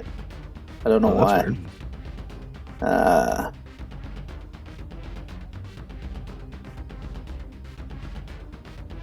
Are you looking at the stream and not at your Roll20? No, my cursor for my whole computer. Oh, There we go. Did that go through? yeah. Yes. But it's bad. It did, but you missed. Yeah. Anything else? No, that's it for me. Okay. Let's go to the farmers. There's 2 of them left. One is going to attack Jareth. The other one has turned to fight Orion. they don't seem, again, they could try to like wake up those, like this one could have maybe tried to wake up the other one, but doesn't seem to even care about those that are sleeping around it. Just turns and mindlessly attacks. Let's do Jareth first. Miss. AC 16, and then versus Orion, AC 5. Both of these are going to miss pretty badly. They just swing weapons. Again, this guy, I believe, he's the one that's got like a sickle. Swings it, and that misses. The one to the north has got, we'll say, a pitchfork and stabs at Orion, and you back out of the way. Terra is up. Oh, thank God my curse was back. Take like a holiday or something. I think so. Seriously, it was gone for It was fun. It was one really whole fun. round. Yeah. That just the last guy. There's two. There's one facing Jareth and one facing Orion. Because I'm gonna catapult again. All right.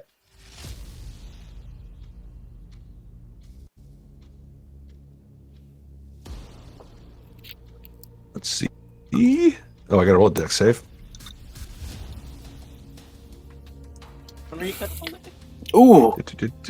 Total miss. 20 points. Which one did you aim at? The one on Orion or one on Jareth? That one. Blam! Knocked off of her feet. Thrown into one of these tents. Falls over unconscious and bleeding. Catapult, I'm not sure if you can do that non-lethally, so that person's going to need to get some help. Triage. Yeah, exactly. Well, I'm throwing things at him, so I'm kind of knocking him out. It's blunt damage, so I figure blunt. You can do non-lethal with blunt damage. Yeah, we'll say yes. We'll say for catapult, sure. I think for normally no, and for anybody that's watching the stream, that's going to be, Thick and Rose lawyer. I allow non-lethal for things like blunt damage and even psychic damage. I'd rather people not murder everybody in the world and have options. All right. Any movement for Terra? Did you already take it? Yeah, I moved up a little bit so I could get in range of the spell. All right, Orion, you are safe. That one has been knocked out by another flying box of produce. Real quick, this guy, he was attacked by. Yeah, he was the one that was crit by this one that you tracked down. So he's pretty badly hurt and bleeding. So, yeah, I'm gonna real quick cast Healing Word on him, just so we could have as few casualties as possible. Okay. And he gets a whopping 7 hit points, which I'm pretty sure is probably more than he ever had. Yeah, he probably heals him back to full. He wakes up. Whoop! Like shoot him with a needle of adrenaline. Exactly. And then I'm gonna come over. Sits bolt upright with 7 points of healing. What happened? You healed him better than when you found him. Yeah, his best shape of his life right now. Who was that green elf? As you just run off into the crowd. It's actually blue now. Blue. Yeah. They should change your token color. I should get art for all the different seasons. So I could probably Photoshop it to change it for you. See what happens when I do that. Doesn't quite do it. Makes you look weird. Maybe there's it looks like a ghost. Yeah, it's not so great. You still look green. You just look green with a bad. Yeah, probably after this, I'll go ahead and create some art for different seasons depending on how much I have. I can Photoshop it and turn the green to blue. Okay. It'll be easy. I'll do that. And if you don't think it's good enough, then you can, make up another one. Okay. And then I'm gonna come to this guy and non-lethally hit him with my warhammer. All right.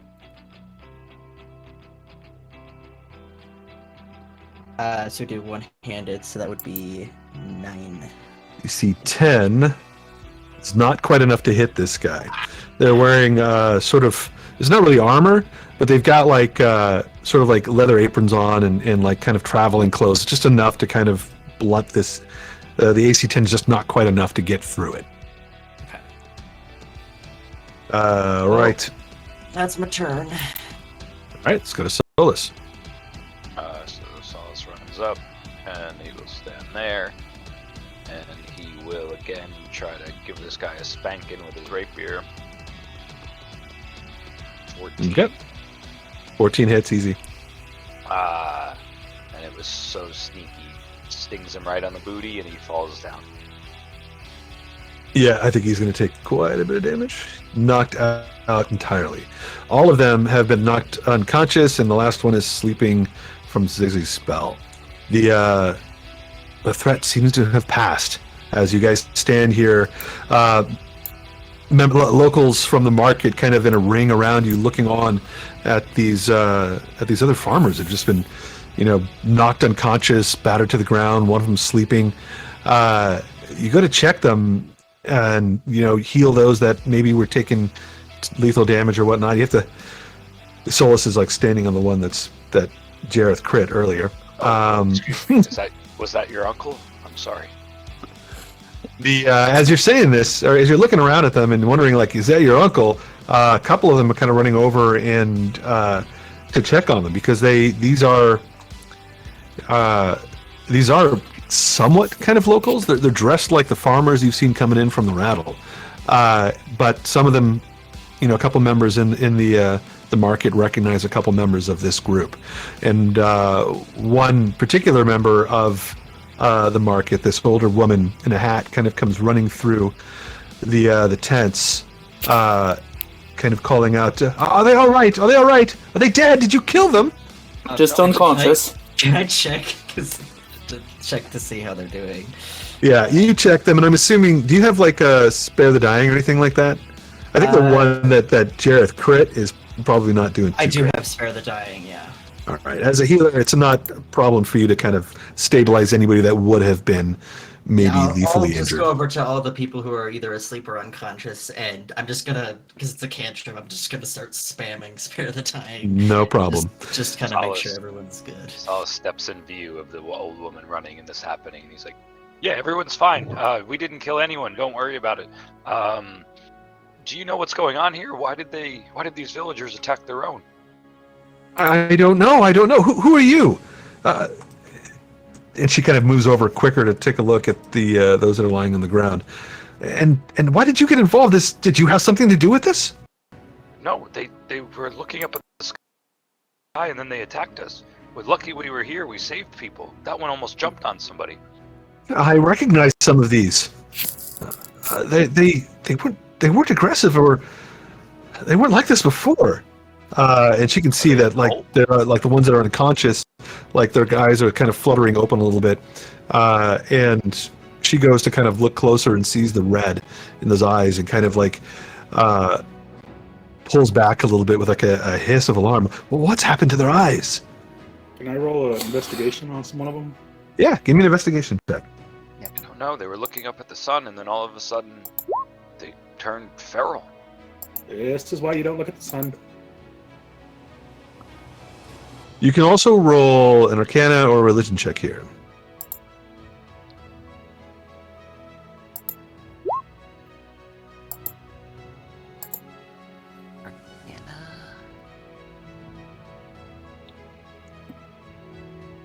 As you begin kind of looking through them and doing your own sort of cursory investigation, some of the other locals kind of move in to tend to the injured as well.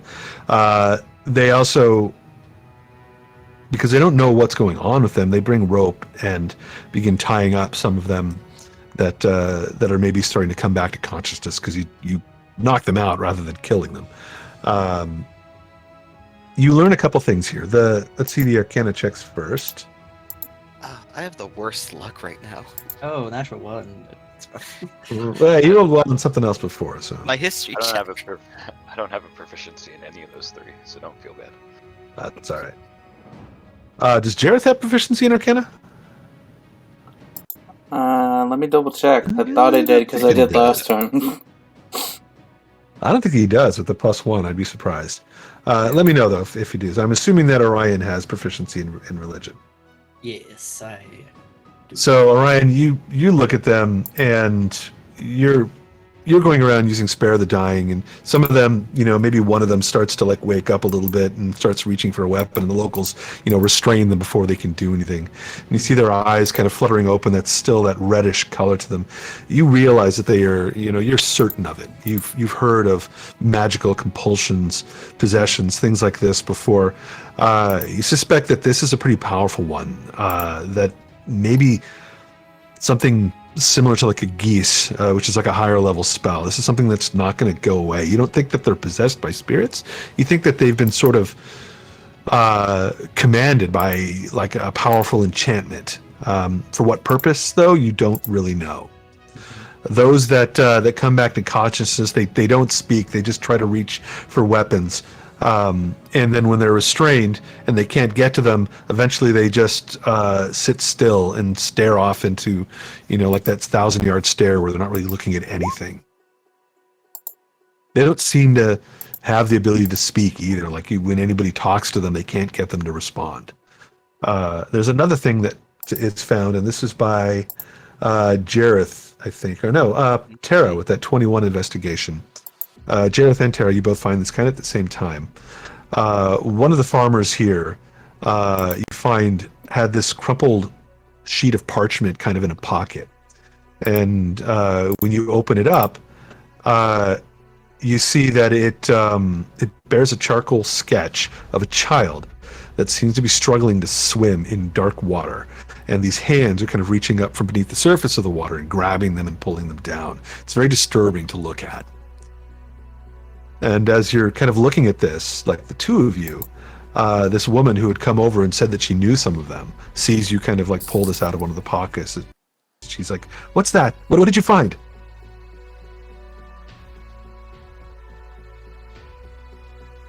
What did we find? You found a piece of paper, a charcoal sketch of a child struggling to swim in dark water, hands grasping them and pulling them beneath the water. Rob said. Why would somebody have a hand drawing of this? There's a child here. What were these people into? Are there any of these common to each other? Why throughout Does the anyone town? recognize this image of some sort? I mean, is The woman that came running over who recognized some of these people, she does. She introduces herself as Dellie. She says that she's called Aunt Dellie by most of the locals here. She says that looks a lot like a sketch that my goddaughter Kiana would draw. The style of it, using charcoals like this. I've never seen her draw something like this before. But this scene here, I've seen something similar before. Kiana, as a child, one of her friends, his name was Cully. He drowned in a lake, and this child in the picture looks a lot like Cully. Can you take us to her? Maybe we should figure out why she's drawing it. also why does this person have this drawing? Let's see. I don't. What these farmers? They're out in the rattle. That's where Kiana's been working for the last few months. It's maybe about a half day's journey or so from Promise. If you want to find her and help me find her, then yes, please. I'm going to go regardless. I have to see if she's okay. If something's happened to these, and these were members of the pact where she was working, then something dire must be happening out there. Yeah, potentially.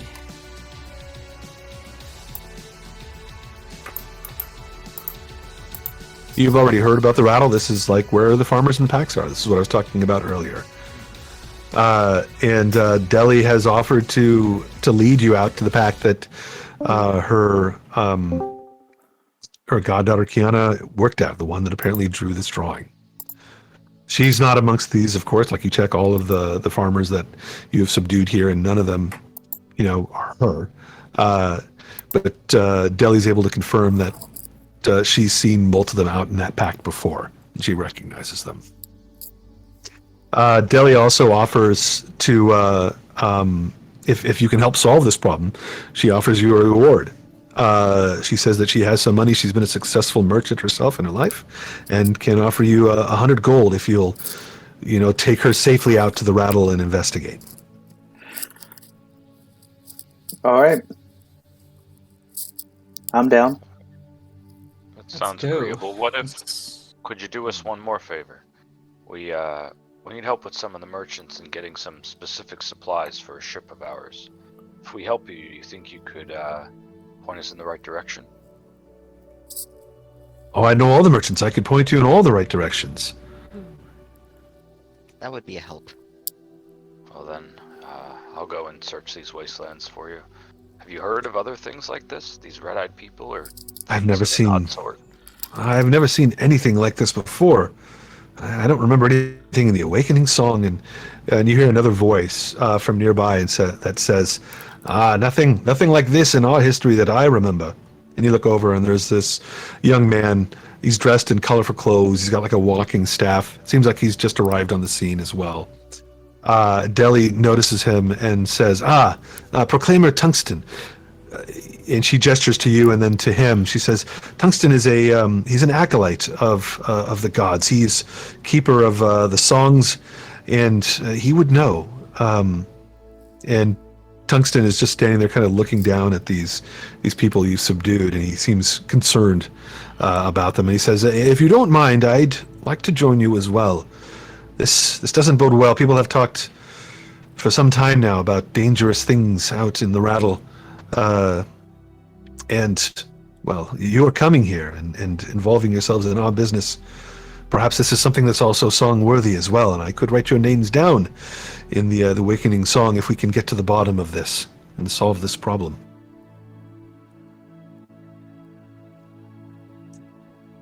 Can you defend yourself? A bit, but mostly my abilities come from the gods themselves. I can help heal if those of you are injured, and I could tell you things about the land, perhaps if they are relevant to the situation. All right, well, you stay in the back, and you're going to have to sign this agreement here that makes us not liable for things that may or may not happen to you. Assuming you're joking about that, he says, I have traveled in dangerous places before. That is the life of the Proclaimers. We travel about, we gather songs, stories, things to add to the Awakening song for the future. Oh, you're a Proclaimers fan. Exactly. Let's travel 500 miles. He would travel 500 miles. And 500 more? 500 miles more. Well, my friend, I thought my hair was nice, but yours is even better. It is amazing. He's got this bushy hairdo that sticks out wide. He's dressed very well, but also dressed for traveling. He's got sturdy shoes and a cloak against the wind and the rain. And he carries a bag with him. You can see that he is dressed like a traveler. Well, if anyone's songworthy, it might be Orion over there. He's helped us a few times already. Well then, is this our new traveling party off to the wasteland in order to find her?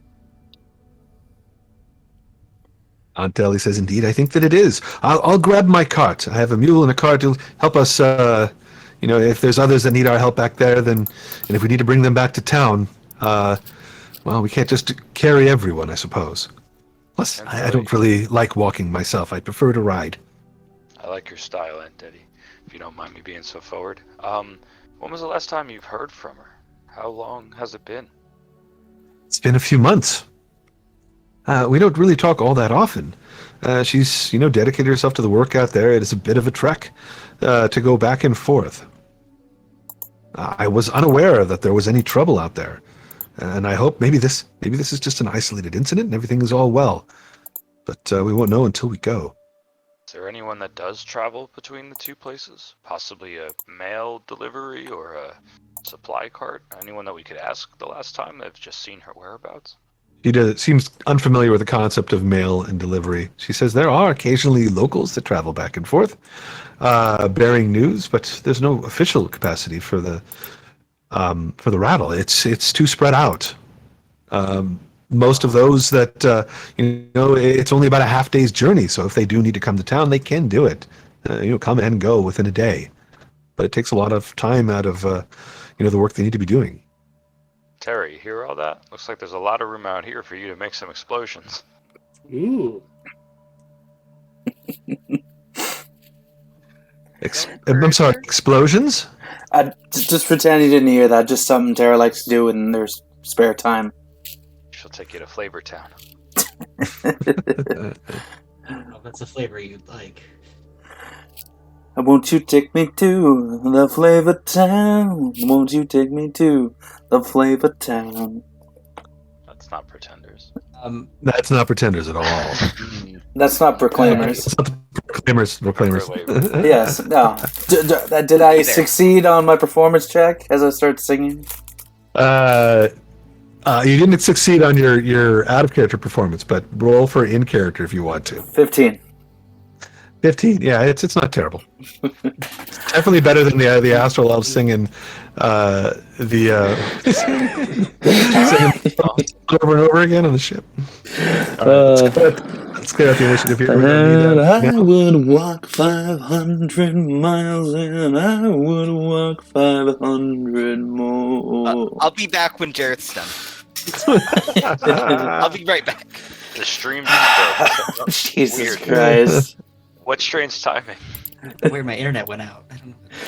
Oh, God. Oh.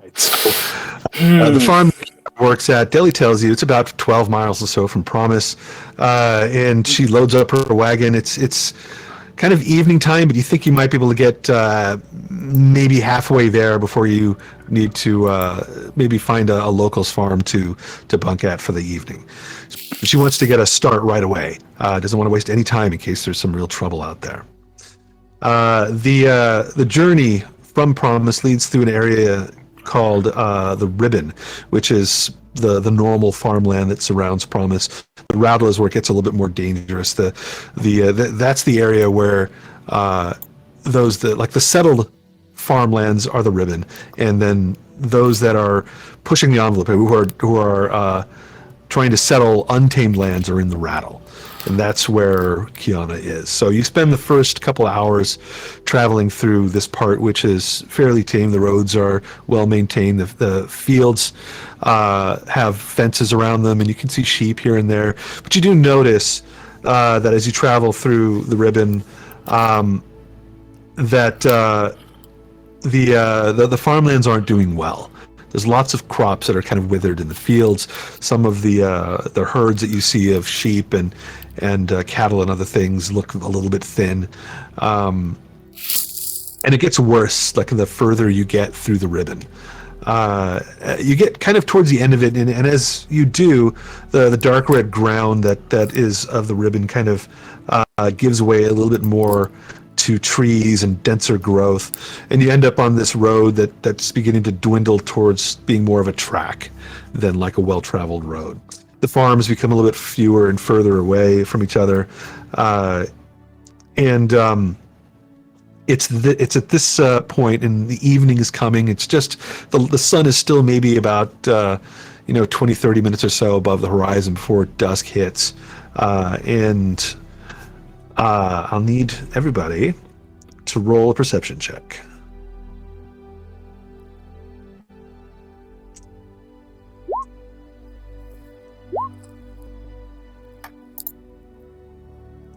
And this is why they write songs about Orion. I need to watch D&D Beyond. You need to watch D&D Beyond? Wash it. Oh, wash it? Oh, is it just rolling bad for you now? Give it a couple test rolls. Be like, stop it! Just like punching it in the face. All right, everybody roll it here. Let's see.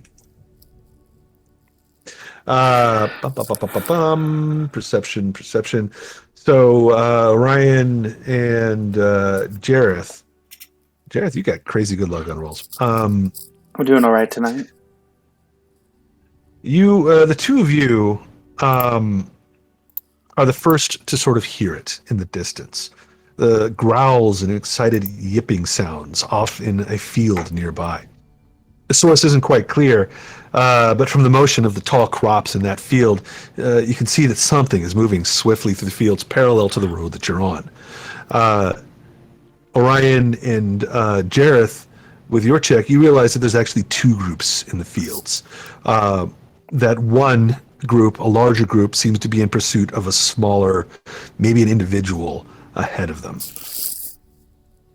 Are you hearing What do you that? guys? Yeah, I like to everyone like shh, shh, shh, quiet. I think there's something. Someone's being something going chased? on over there. Yes, I'm not sure. What is that? The rest of the group can now hear this yipping in the fields, but Jareth and Orion.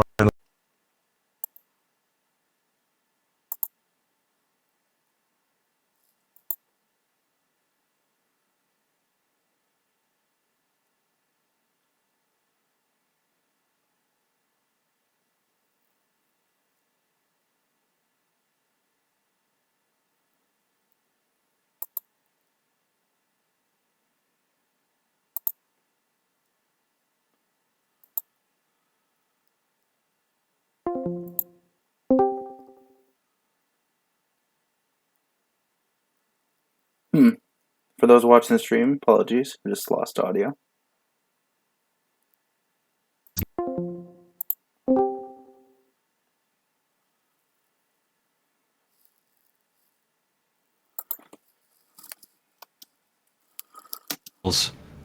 It's time.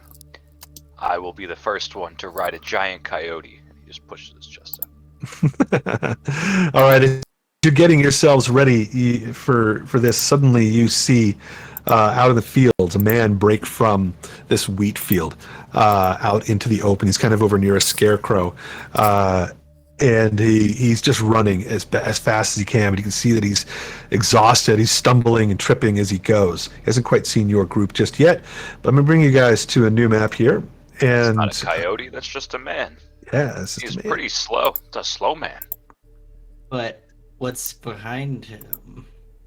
That's the question. All right, moved you guys to a new map here. You got Dellie and Ward kind of hanging out near the cart off to the left. There's a field to your right, and you'll see this man standing out in the open here. He's just kind of run out of the bush, out of this field. He's trying to catch his breath. He's looking around. He sees your group off to the side, and he yells out, "Help!" And he starts Good, stumbling slow in your man needs direction. help. Slow man needs help. I'm gonna move up I know, friend. 30 feet. What's wrong? All right, as you go running in, give you guys one movement real quick. So you can move yourselves 30 feet real quick if you want to move into the field. And then after that, something's going to happen. Keep in mind that this is a fence here, so going over the fence is going to be like difficult terrain. You have to go through the opening if you want to avoid that.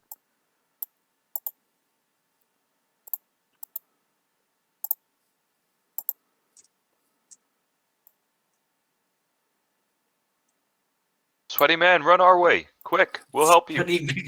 As you're yelling out to him, suddenly from the fields, you see two figures emerge. Large creatures.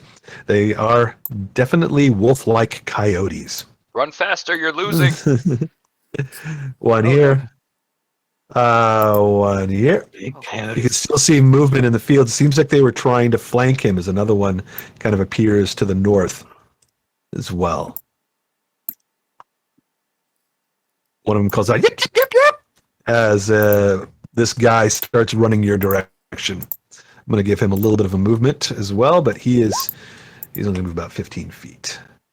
We'll get him there. And then we're going to go into initiative. Everybody roll. And Fernie, if you got that combat Yes. music, I gotcha. let's do it. Or you could sing somewhere for us. How about dun dun dun dun dun dun dun dun dun dun dun dun dun dun dun? So he'll do it, man. He'll do it. Don't. Don't poke ready to him. bring you up, Game. What? Yeah, one of these days you're gonna give me inspiration for it. One of these days. I'm gonna give you inspiration if you just put the I feel music. inspired. One of these days I might. One of these days I might. Exactly. That's why I said mine. I always hold out hope. All right, so all of you guys have rolled. Let's roll for these giant coyotes. Oh, there's three of them. Three. I didn't see the one above. Yeah, they're flanking this guy. All right, their initiatives are going to be... Bloop. Add 2 to this. Ooh. They're slow. They see your group and maybe they hesitate a little bit. They're going to be on an AC of 4. And this guy running through the field, let's roll for him too. He's going to be a straight up roll because he's just a poor farmer. He's on a 2. He's slow. He stumbles over some of this wheat. This is not good for him. It might catch him unless he's... Doop. All right, first to go is going to be... Ooh, we have a conflict between Tara and Jareth. Who's got the higher initiative bonus? Mine's 2. All right, so... All right, we're good. We're in the right order. Solus, you're up first. All right, so seeing the sweaty man run and trip and fall, Solus is like, oh, he's not going to make it, guys, and he just runs out. And as he gets like 20 feet away with his dexterous other little foot, as he's running on like 2 hands and 1 other back foot, I'm going to reach into his backpack and grab a rope. And I'm going to try to figure out a way to lasso and eventually get on this ride wolf. I don't know what it's going to take me to do it, but for the moment, the idea here is to like swoop on him with like a loop around its neck and then spin my momentum and get on its back. I don't know what it's going to take me. It might take me a couple of turns to get there, but that's what he's going with. You have like a really high handle animal? First of all, do you have any actions left by the time you get to it with a rogue dash? Well, I got 30 feet. Then I can interact as a bonus action to get my rope out. All right, so you pull it out as you run forward. You jump over this guy. Yes. So give me a... This is going to be an athletics check as you try to leap onto its back and grapple it, basically. All right. We can do that. We can do athletics. Or we can't do athletics. So Solus runs, and he's like, I'll help you, old sweaty man, and he just gets run over. Like, the chest of this wolf just clobbers him in the face as he's holding this rope. Here we go. So the coyote's test is a 12, so definitely you don't get clear. It kind of throws you off as you try to leap onto it, and you end up... give me a... I'm not going to make you roll a dex save or anything like that. You just fail to kind of grapple it. You're trying to get this rope around its neck, and it's like, heck no.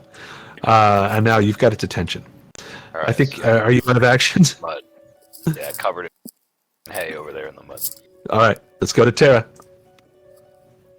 Okay. I'm going to move over here. Let's see if this was... Okay, yeah, it's an action. So, first thing I'm going to do is shoot this wolf. Or actually, no. I'm not going to shoot him. I'm going to use my action to summon my... You want your robot? Yeah. Let me grab your drone. I think I got it right here. I think I brought it on the last map and it just got lost. But here it is.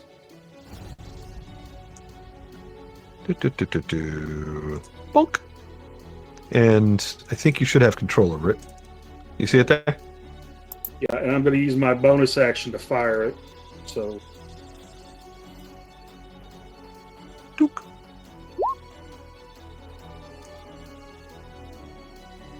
14 is a hit. Blasts this giant coyote that's standing at the edge of the field right in the face. 6 points damage, and it's knocked back 5 feet. All right, kind of pushes it further back into the wheat here. And that's all I can do this round. It takes an action to summon that, but I can fire it with a bonus. All right. Once it's summoned, you can keep it around like indefinitely, right? Yeah, it's got hit points, and it lasts until killed. It's got 18 armor and 15 hit points. Got it. So remind me the next time we're in this, like you can kind of keep this thing out like permanently. So you won't have to sort of use an action again, I think, to summon it. I think that's... I think it has an hour duration, doesn't it? Yeah, I think it does have like a... I mean, it doesn't say... No, I think it just, once you've summoned it, it lasts until it's been destroyed, as I understand it. Doesn't it? Yeah, you're right. It does. It lasts until destroyed. Or until I long rest. So, live and learn a little bit. I'm going to say that you've already had this thing summoned. I don't want to penalize you for just not knowing the rule on this thing. Like, it's just been like riding on your shoulder or something like that. So, it hops off, moves forward a little bit, takes a shot. Take your regular action as well. This is your bonus action to direct it. Oh, okay. Well, in that case, I'm just going to shoot it in the face with my pistol. All right, go for it. 16 is a hit as well. 5 more points of damage. Aye. And this crack breaks out over the fields. This guy that was stumbling around kind of ducks for a moment, looks around. What was that? You hear the same thing from Aunt Dellie. What was that? Is that an explosion? Is everyone all right? Apparently they are unaware of firearms, and Tara's I love explosions! Tara's freaking out the locals. Okay. Prime Yes, directive. completely shift their Prime role. directive. We get back to Cat, I want to buy some grenades. Meanwhile, I should actually have the two of them, Dellie and Tungsten, in the initiative in case you guys need some help. So let me do that real quick. Because I forgot to do that earlier. Let's do it right now. Dellie is not really a pushover. She's kind of decent. So here, and then we have Ward will be here. Not super fast, I don't think. Why is it not? I see a 14 and a 16. Yeah. Oh, there we go. I just had to drag down my initiative thing. I couldn't see them. All right, so 16 is going to be right around this time. He'll go after Jareth. They're right here. This is perfect. They'll go after Jareth, so we don't have to change anything just yet. Tara's taking a shot. Jareth, you're up. Well, the viewers would like me to try to intimidate them, but I don't think I want to do that. Eric. I'm not proficient in it. I swear I'm not going to get a high roll, so I'm just going to use my my cantrip and go in with an Eldritch Blast. Alrighty. 12 misses. This one ducks, goes flying right off its shoulder, vanishing off in the field. We didn't have enough time for a short rest, right? No, you could have. On the cart, it took you a couple hours to get out here, so if you needed a short rest, apply it. Because you could have just been sitting on the cart doing that. Okay, sweet. So I'm going to then use my bonus action, Hexblade's Curse, and I'm going to throw it on this guy down here. Alrighty. Let's give him let's give him the red nose. Bink. And Alright, that's it for yeah, I think I'll you know what, I'm gonna move here in between them and him, and that's it. Alright. Ward's up. Nobody's hurt just yet, but he kind of moves a little bit closer to the fence in case anybody needs anything. Then we go to Dellie. Dellie also comes over here to the fence and tries to take a bead on this coyote with her heavy crossbow. Let's see what she has to hit.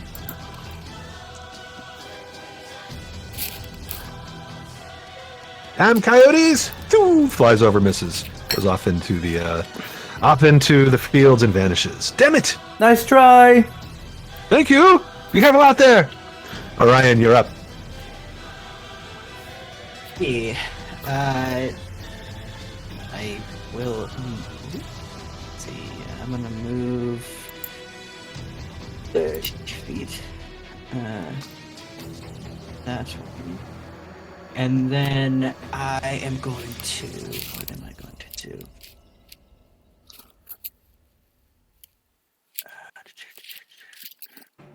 I'm going to.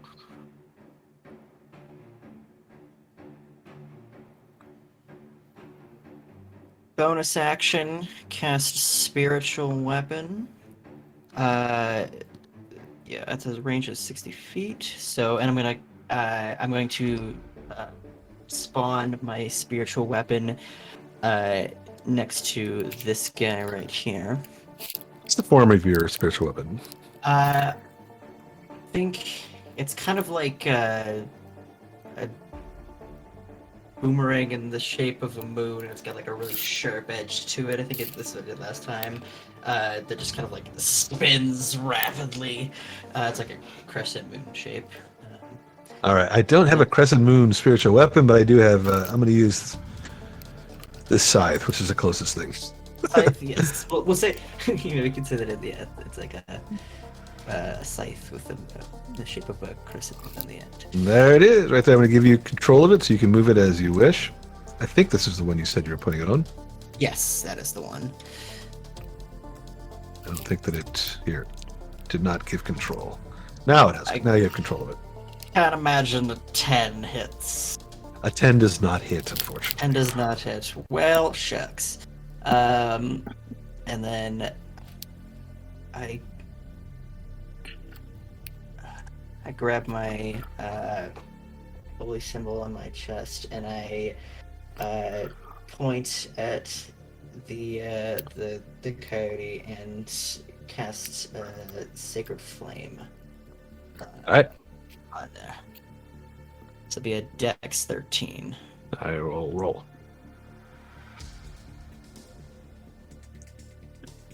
Seven misses. 1 point of damage as you sear it. Woo! 1 whole point of radiant damage. Little light singe on the A little light singe. It's like, yipe! It burns its tail. It's running in a circle for a moment as its tail is trying to put it out. Radiant fire. Yep, and right. That's my turn. All right, let's go to Ziz. All right. I'm gonna go ahead and do Chromatic Orb against the same enemy. Okay.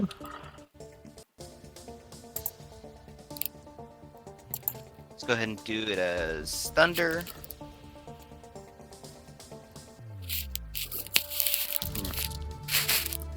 That is a hit. 17 is definitely hit. 7 points of damage. Which one are you aiming at again?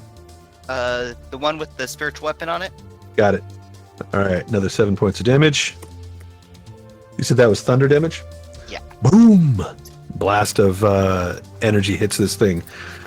Flattens some of the wheat around it in a circle. Damages it a bit. Anything else? Nope. I think that'll do it.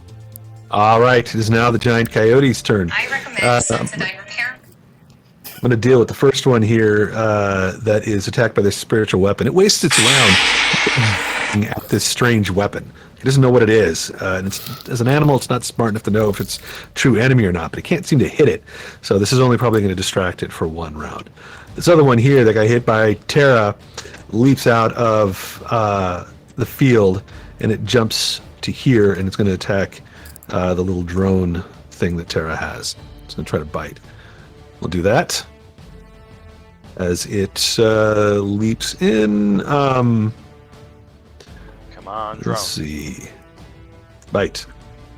AC 13 is not going to hit. I think it's got like an AC 16 or 18 or something 18. ridiculous thing. 18. Oh, let's go. Yeah, drones they're crazy. Those things are pretty tough.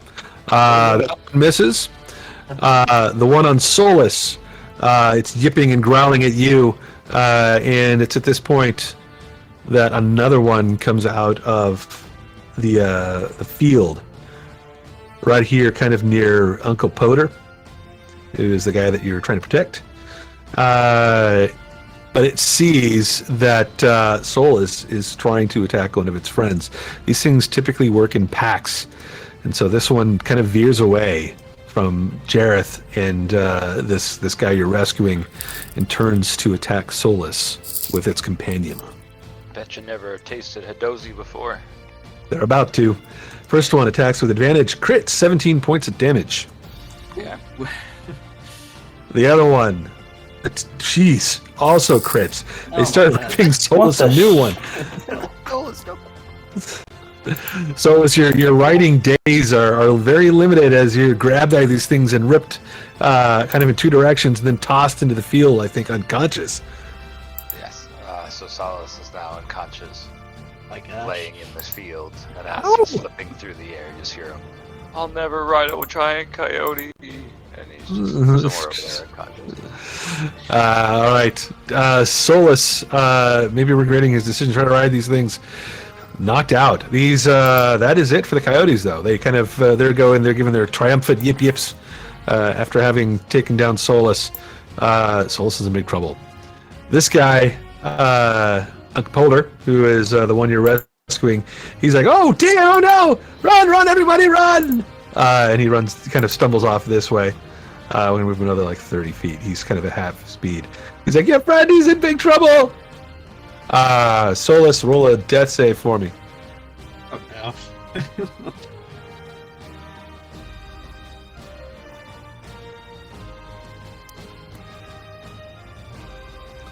Ten. 10's what you need. You're not dying yet. All right. Very nice. Oh, nice. All right, Tara. All right. I'm gonna take an action to reload my gun, and in the meantime, I'm going to have my turret shoot at the wolf again. All right. I think you can reload and shoot in the same round. Do I It's got, have the, that? it's got the loading property. It just means that you have to, unless you have the gunner feat, then you have to use, I think, you can only shoot once per round. But you can still Oh, shoot. okay. It's like a crossbow. Oh, I did not know that. Okay, well, I'm just going to keep shooting it with my gun then. All right, let's get some attacks.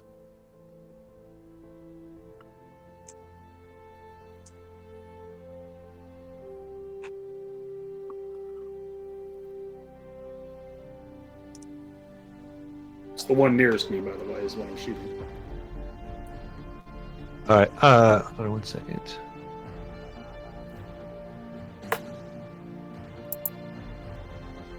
Well, 20 just froze on me.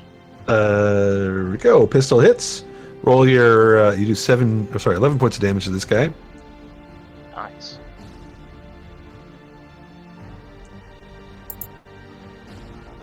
And Mr. Gun Turret does. Let's see how much. 12 points. It knocks him back 5 feet. Ooh, there you go. 12 points. It says flamethrower, but I'm using the force one. It's the same dice either way. Yeah. You blast it back 5 feet. Ooh, is this a ranged attack? It is. Yeah, It's it is. in melee, so roll one more time because with it in melee, you'll be at disadvantage. Yeah, it's kind of just being too close. It ducks just to the last second. That blast doesn't hit it. Oh wait, no, you rolled 12. You rolled 23. Sorry, I saw the run thing. 5 foot back, 12 points of damage inflicted. It's not down, but it looks pretty hurt. Any movement or anything from Tara? Yeah, I think I'm gonna jump over this fence and kind of take cover behind this rocks because I'm a ranged fighter. I shouldn't be in the middle. All right, let's go to Jareth. Okay. I'm gonna go around this guy, so I don't provoke until I get in between them. And I guess I'll attack the one to the north of Solus. All right. Oh, God. That's good. Fumble. Fumble. Oh, God. Drop your weapon. Do I? Almost. Okay.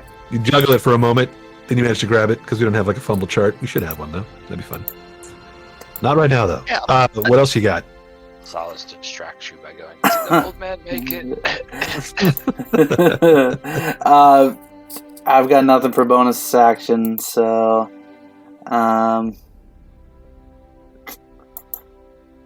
You don't have your shield of fate yet, huh? no. Wow. Yeah. All right. That's it for me. Let's see what happens. All right, Tungsten Ward's up next. He sees that one of your people is dropped. He runs in. He's got a dash to get up here, but he's trying to get closer to Solus. Kind of runs off over, kind of jumping into the field. But he's not there just yet. He's got to kind of take the long way around. Dellie, take another shot at this giant coyote that Tara is shooting at. Let's do that real quick. Reloads crossbow and thunk, and hits, and does enough damage to kill that one. This one that was fighting the drone finally goes down. You're going at Delhi. It's like, I'm a crack shot! Orion, you are up. Okay, when I see Solus is down, I'm like, God damn it. Alright, let's get you back up, buddy. And I am going to, first of all, I'm going to move 25 feet up here. Bonus action, Healing Word on Solus, just to get you back up. Where is my Healing Word? Lost. There's the spell.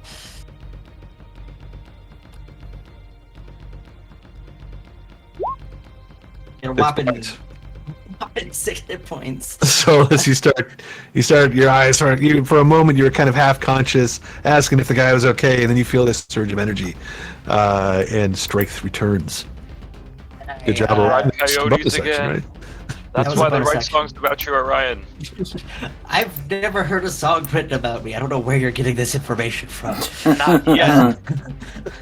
And then I'm going to slam my hands together and then pull them apart, and you see in between them a sphere of twilight begins to form, and I spread them out, and it surrounds me in a 30-foot radius. I'm going to use my Channel Divinity to... yeah. To get that going. All right, there's that twilight.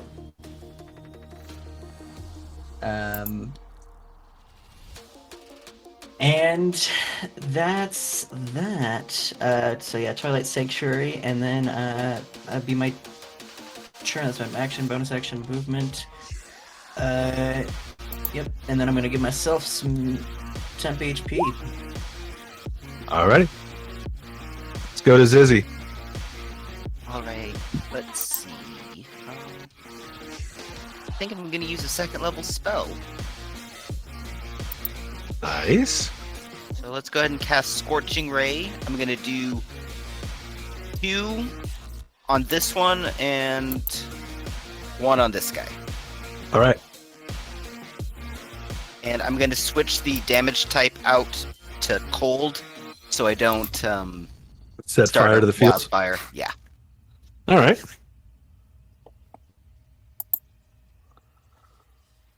Ah, crit. 17 points to the first one here. Get him, Ziz. Second one, Second one hits for 8. third one.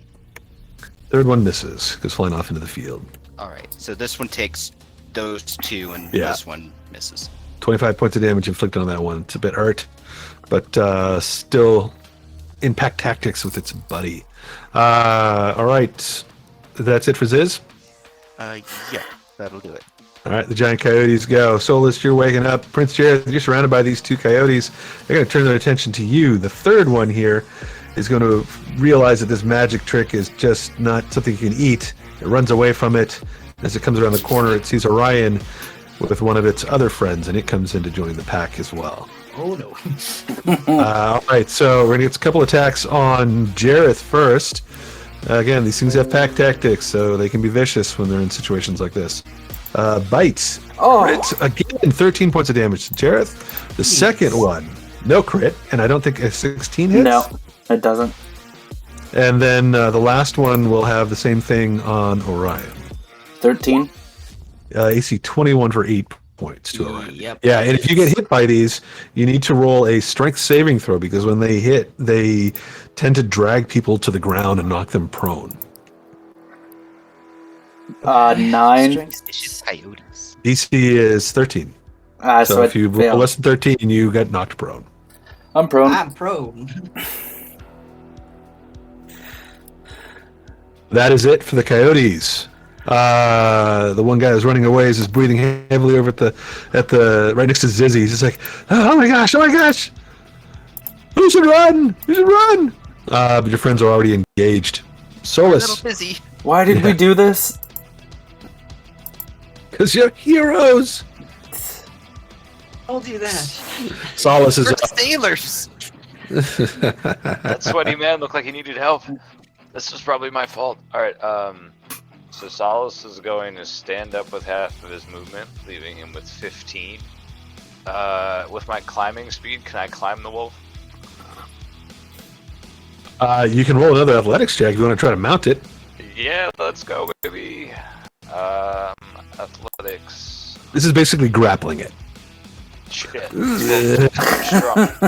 Alright. So he tries, he fails. I could roll a fumble. I have to roll an opposed, so I didn't fumble. So like it shakes you off again. Alright, bonus action disengage.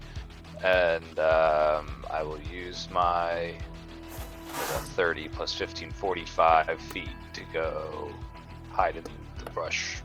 I still want to be in the aura, so over by this cool glowing thing.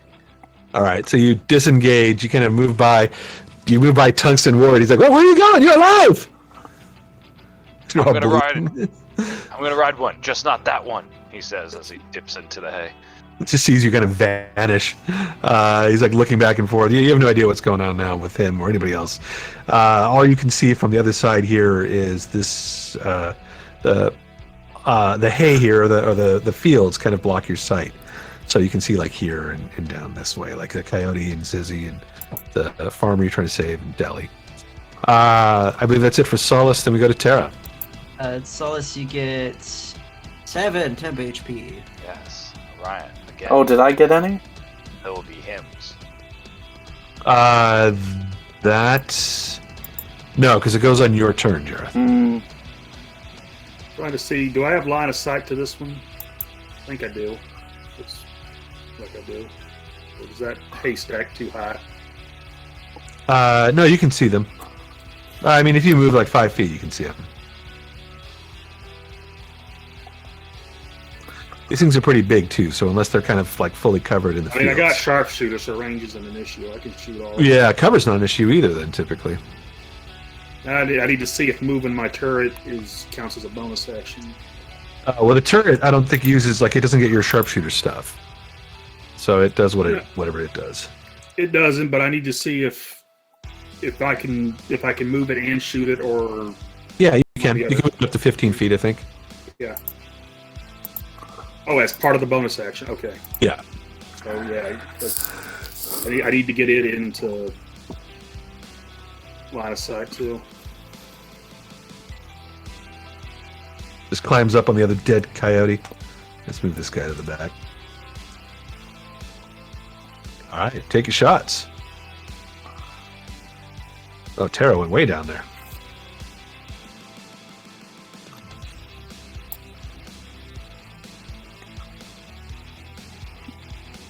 Nine points of damage. And that one's still up. And Terra, you shoot. Oh, that was from your shot. And then the spell attack hits too. It's going to push it 5 feet, but it can only kind of go this way. Can't go on top of Orion, I don't think. 13 damage. That one's still up 2, but hurt. All right, I'm good. All right, let's go to Jareth. Oh, Terra, you're outside of the Twilight, so no bonus hit points, but Jareth, you're up. All right. I'm fine. I moved out of range on purpose. 12. AC 12 misses. I do. Used up all your great rolls earlier. Yeah.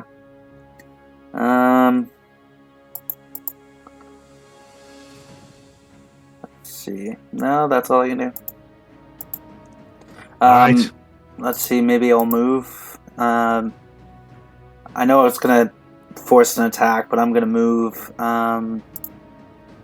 Let's see. Yeah, I'm gonna move down there. You're going to provoke? Yep. Going to provoke from 2 of them. You okay with that? These things are still like, they have their pack deck and stuff too. I'm gonna provoke from this guy as well. From this one and Oh, okay. this one. Yeah, you know what? Let's take the chance. All right, being daring. First one, AC 19 for 10 points. Yep. And then the second one, that leaves you at 1 hit point. The second guy may take you down. Ooh, AC 20 for 9. You try to run off and you get clawed and bit. Yip, yip, yip, yip. As they jump on you, tear you up. They give you the soulless treatment and you go down. No. And then you get temporary hit points. What happens when you're unconscious with temporary hit points? I don't think temp HP brings you up. I think Yeah.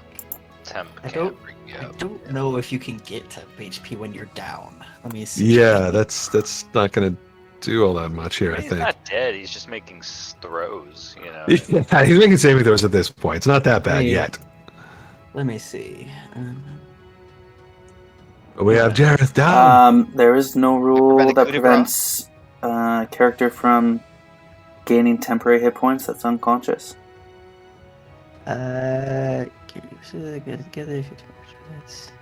If you have 0 hit points, receiving temporary hit points doesn't restore you to consciousness or stabilize you. They can still absorb damage directed at you while you're in that state.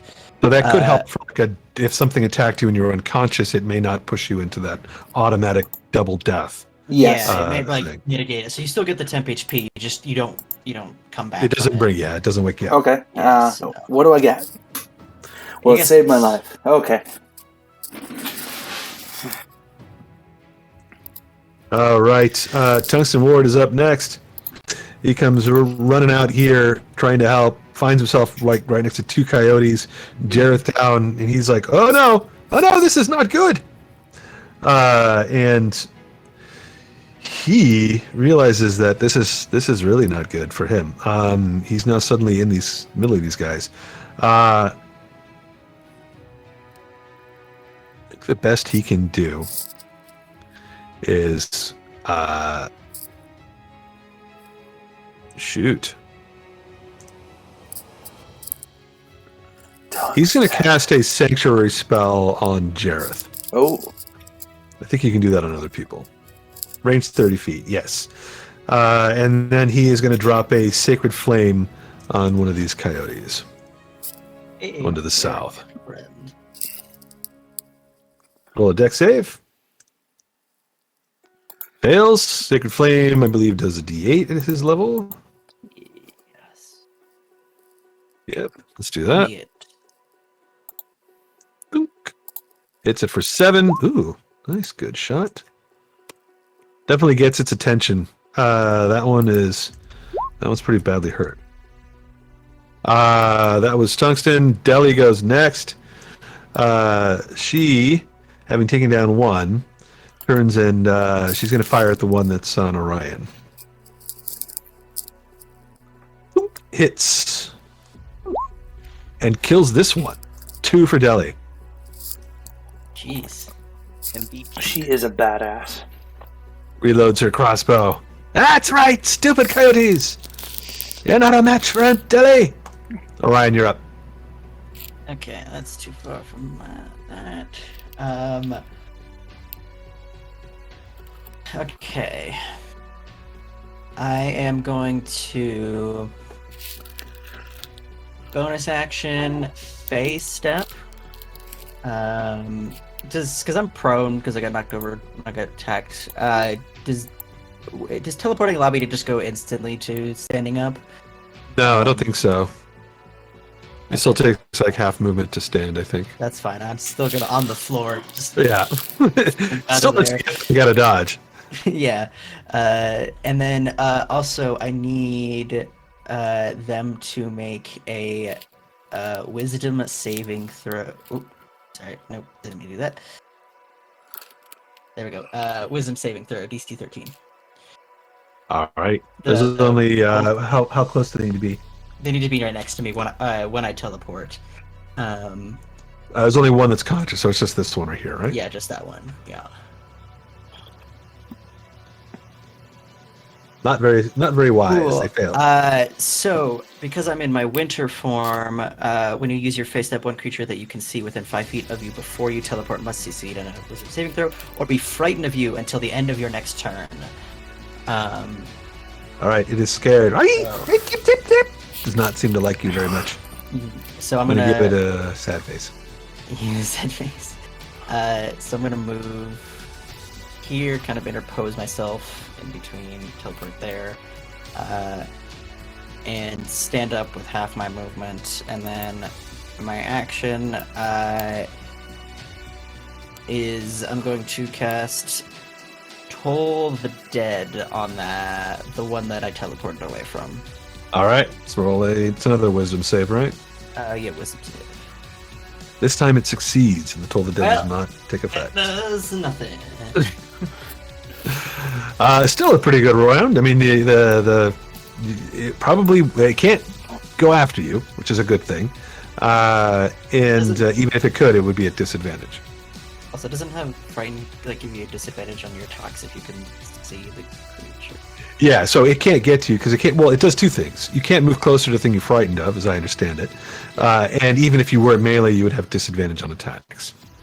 So by moving away, it's now frightened of you. It can't move closer to you, so it only has melee attacks, which means that you're literally sort of safe from this thing for a round. Yeah. All right, good move. Let's go to Zizzy. Oh wait, were you done? Sorry. I didn't mean No, to I'm just gonna roll for temp HP for myself. Alrighty. That's it. Okay, Zizzy's up. Let's see, I don't think I can hit both of them unless I use another Scorching Ray.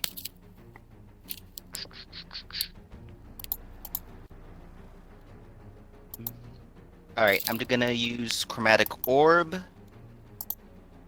against... Let's see, has the one near the top been damaged at all? The one near the top? Yeah. Let's see. Northernmost one. No, not at all. Okay. So I'll go ahead and focus on the one that's been frightened. All right. Once again, thunder damage. Oh, nice. That's a solid hit. This is on the damaged one or the undamaged one? A damaged one. You blast this thing again, flatten some fields, and also flatten the coyote as it drops to the ground, unconscious. Just wanted it out. All right. Anything else? No, I think I'm good. Stay in one spot. Alrighty. The giant coyotes, there's only one left. Jareth is on the ground. Tungsten Ward's right near it. Jareth's unconscious, but let's see. Jump on Tungsten. Really? Not the guy who's unconscious? No, because there's people that are threats. Huh? And Tungsten Ward just You can lit him kill up. later. Or lit up his buddy. Yeah, and he's also got a plan here for Tungsten. Tries to actually not bite Tungsten Ward. He tries to actually grab him. Ooh, this will be a 4. Let's roll for Tungsten. He's trying to grab him and like drag him away, but Tungsten Ward manages to pull free. A grapple attempt failed. That's it for the coyote. Your farmer is like, that's it, get him! And then Solace, you're up. Solace, after regaining his breath, runs right back in. 30 feet. Nice. Yeah, so right back into the pocket next to Tungsten. Don't worry, Tungsten, I got you.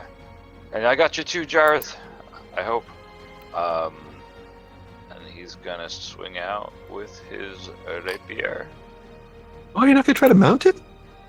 Well, unfortunately, that wasn't causing any damage, and that's not working out well for the team here. And then a bonus action, this second attack will not get no sneak attack on the second, so just 6.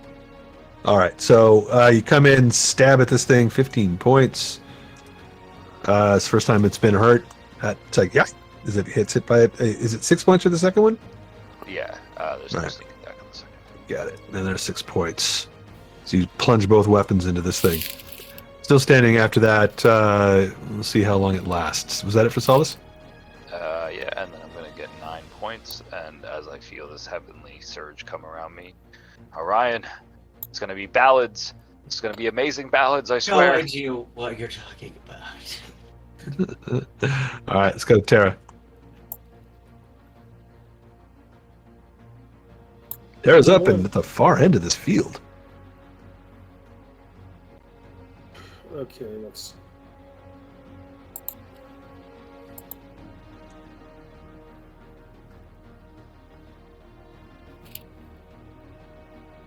Apparently not that good of a sharpshooter. 10 misses. What about your little drone thingamajig? Range of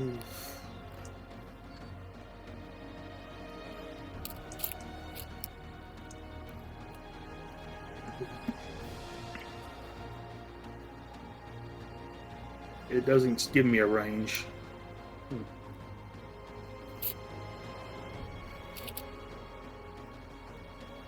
No range at all? It does for the flamethrower because that's a cone attack, but the other two doesn't give me a range. It just says it can walk up to 15 feet. So you have to move here and shoot. I think you're within range.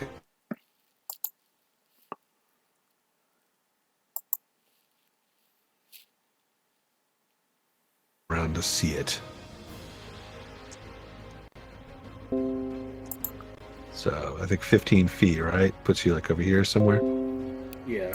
Yeah, it'll have a little bit of cover from you, but only like a +2. This thing's large, so like it's pretty easy to see. All right, Go ahead and make that spell attack. Does it still have disadvantage? No disadvantage. It's got like a +2 to its AC, just because there's stuff in the way. You can still see it, but it's got skeleton cover. That's a hit.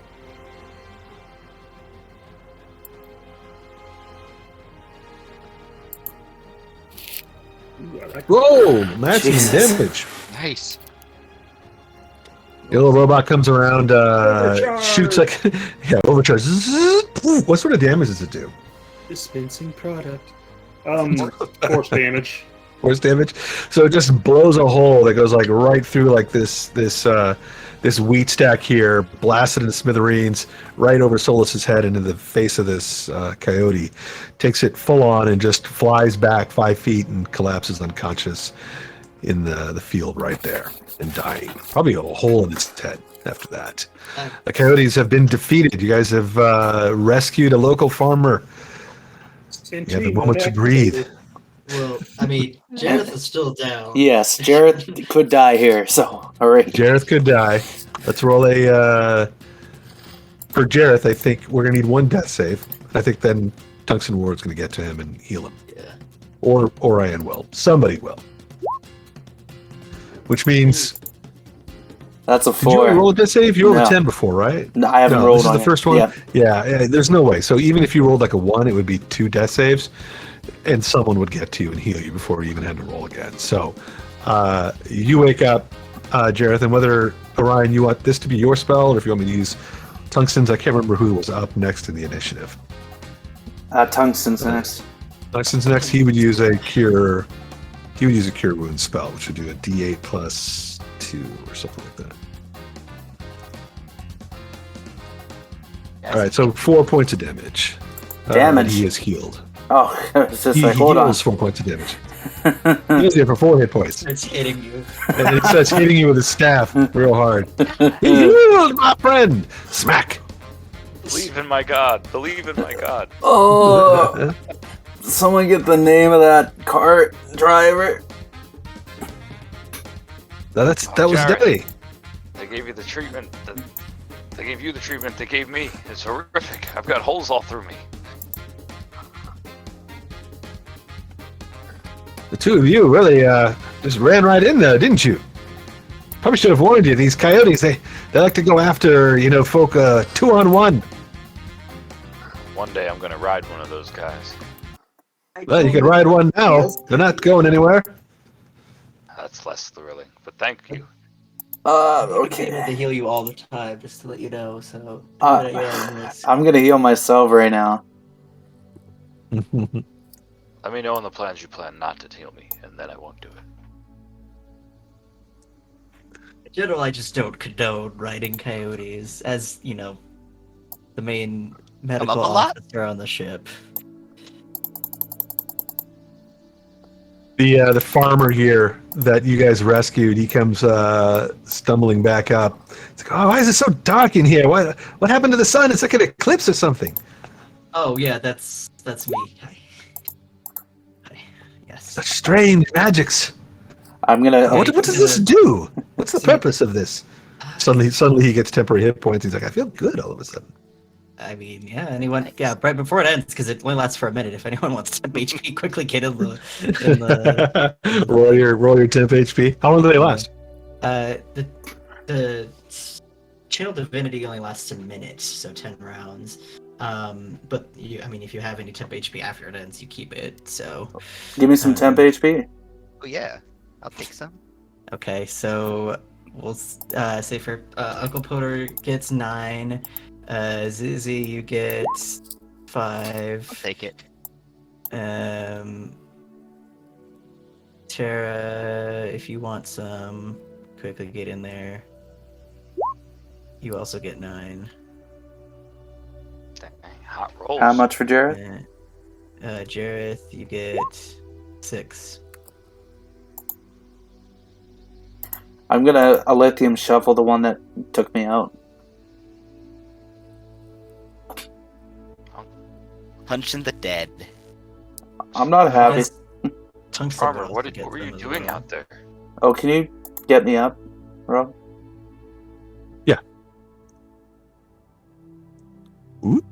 Oh, halfway. Well, There I you was go. like, whoa, I'm drunk now. You did get smacked pretty hard by these two coyotes. Give me a hand here, Coyotes. Tungsten. Walk me back to the car, please. Aunt Dellie, do you know this man? Sir, what were you doing out in the woods? Or this field? This is my land. This is my farm. This is my field. These damn scavengers, and he kicks one of the corpses. I don't know what's brought them in this far. They normally stay further out in the rattle. But I don't know. Things have gotten terrible, and now I suppose maybe there's not enough for them to eat out there. They decided to eat old Uncle Polder. That's me, by the way. My name's Polder. Thank you, by the way, for saving my life. I don't think I would have made it back to my farmhouse with these guys chasing me down so as they were. Oh No, I my don't gosh, I have an uncle? I didn't know that. You do now. He gives you a big pat on the shoulder. I'll always be an uncle. I'll give you a place to stay or some food or whatnot. It's getting kind of dark here. Where were you headed? To the rattle, I think. To the rattle? Why would you go there? He looks over and Aunt Dellie's kind of walking in, and she says, "Well, we're going to find my goddaughter. Her name is Kiana. She's on a farm out there. Some members from her pack. They showed up in town, cursed by some sort of magic." Uncle Polder's like, "Oh dear. Do you need some place to rest for the night? I mean, you still have a couple hours to go. You probably don't want to wander around in the dark with things like this out there." Looking at the giant coyotes. Might not be a bad idea. I mean, I don't know if I can speak for everyone, but yes, I would love that. Well, I think we owe it to you, Orion, for keeping us alive. Does anyone know how to cook giant coyote? Well, I maybe do! a lot- Oh, you do? Uncle Polder raises his hand. Well, then we're going to make as much as we can. And skin them too! Can we take some of this for provisions for the ship? Yeah, you could. I mean, like, one of these direwolves, I mean, it's probably not the most tasty thing. It's going to be gamey, because it's like, it's a predator. Predators tend to have, like, different sort of, like, but apparently Uncle Polder doesn't care at all. He wants to skin these things, keep the hides, and he'll give you as much meat as you can carry. Well, all right. And if it's not good either, I can also purify it, make it a little bit, I don't know if tastier, but at least safe to eat. Yeah, there you go. You, some sort of a holy man. And by the way, Tungsten Ward has kind of noticed now that you have like this magic as well. He wasn't there for the fight when you guys were healing people before. He kind of came after the fact. So he's approaching Orion and kind of giving a bit of a bow to you. Says, "Indeed, we have two holy men here, myself and this newcomer. What deities do you worship?" I follow the goddess Seluna, goddess of the moon. The goddess of the moon. It's not a name that's familiar to me. We have our own goddesses here in God's breath. But there's always room for more. Maybe you're not from here, though, are you? No, I'm not. This is quite a strange place indeed. Not so strange to me. Grew up here myself. But glad to have you here, wherever you're from. And you, and then the rest of you as well. And Uncle Polder's like, "Glad you all came along when you did. I don't care where you're from at all, as long as you're here." And he's like over with a knife, like starting to cut into like one of these coyotes. "Somebody give me a hand. These things are huge." And you guys, unless you want to press on, if you do want supplies here, it's going to take you a couple hours to dress these coyotes and kind of drag them back to his farm. So you have like the evening kind of like ahead of you with a little bit more work before you'll get some rest. Uncle Polder's farm itself, like I said, it's not too far away from here. He was kind of running back to it. He's got a barn. His cottage is not really big enough for a group your size, but he offers you plenty of space in his barn, which has more room in it nowadays. He says he's lost a few sheep to predators recently, and his fields haven't been doing as great as well. He's happy to have his life. And he's very grateful to all of you for saving it. Very welcome, Uncle Polar. He's able to tell you a little bit more about the trouble out here in the Rattle as well, because he's closer to it.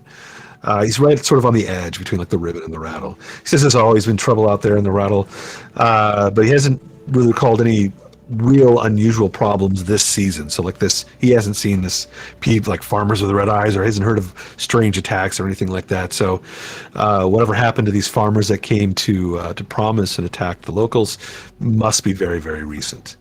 Polder says that he also knows Kiana. Once Dellie tells him where you're going and that you're going to find her goddaughter, and he says that he even knows the farm that she works at, though it's in another pact, a couple hours away.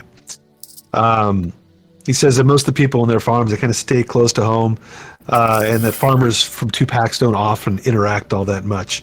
But he does remember earlier in the season helping that pact kind of set up one of their outbuildings. He specifically remembers Kiana from that time. He also seems to remember that she was a little distracted. She was new to the area, didn't quite seem to fit in quite the same way as the others. Didn't have the same experience as the other farmers. But he said that she was trying to fit in as best she could. She just seemed like she didn't have confidence as a farmer yet. And Polder even remembers talking to her at one point, and that she said that she said something about finding happiness out here, saying that there was another boy or something like that was coming to join her soon. What was his name again? Cully or something like that.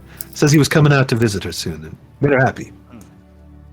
And Dellie kind of looks at your group, and you remember Dellie telling you that Cully was the name of this boy that Kiana knew when she was a child, and that Cully is supposedly dead and drowned a few years ago. That's concerning. That is somewhat concerning. And as you're setting yourselves up in the Not necessarily. this It could barn, be a different Cully. could be a different Cully. Yeah, it could be. It's possible. That's it. I'm going to go with that. As you're setting yourselves up in this barn, this strange information coming to you from this local. The sun is set. The stars are kind of out now. You're pulling the last of these coyotes up onto, kind of dangling them from the rafters so that you can, so that Polder can finish sort of gutting them and dressing them tomorrow. He says it's going to take better part of a day to sort of do so. So he'll be staying behind to work on them as you head off the next morning to try to track down this other pact where Kiana is.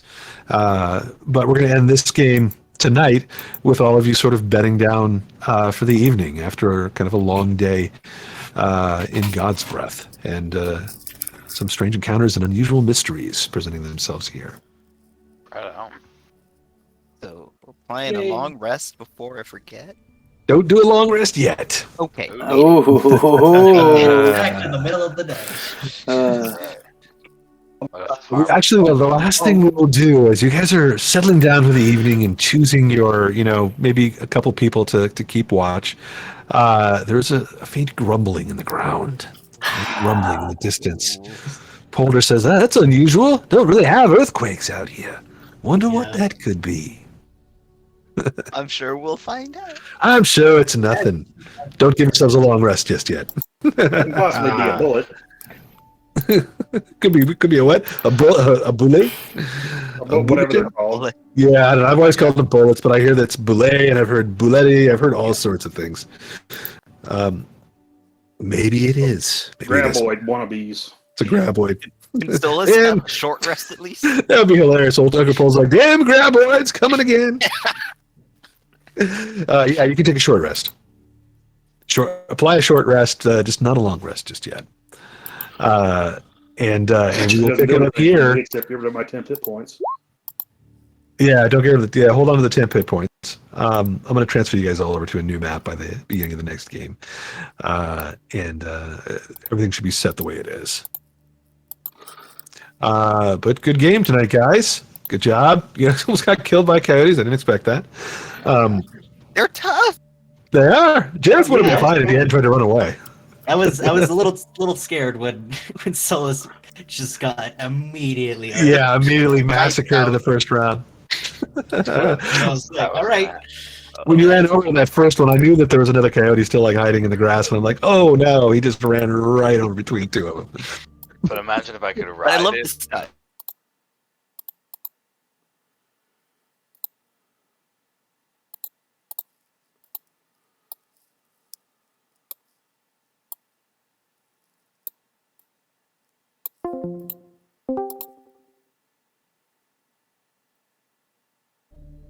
In a couple other games with us. Yeah. He plays red in the Storm King's Thunder.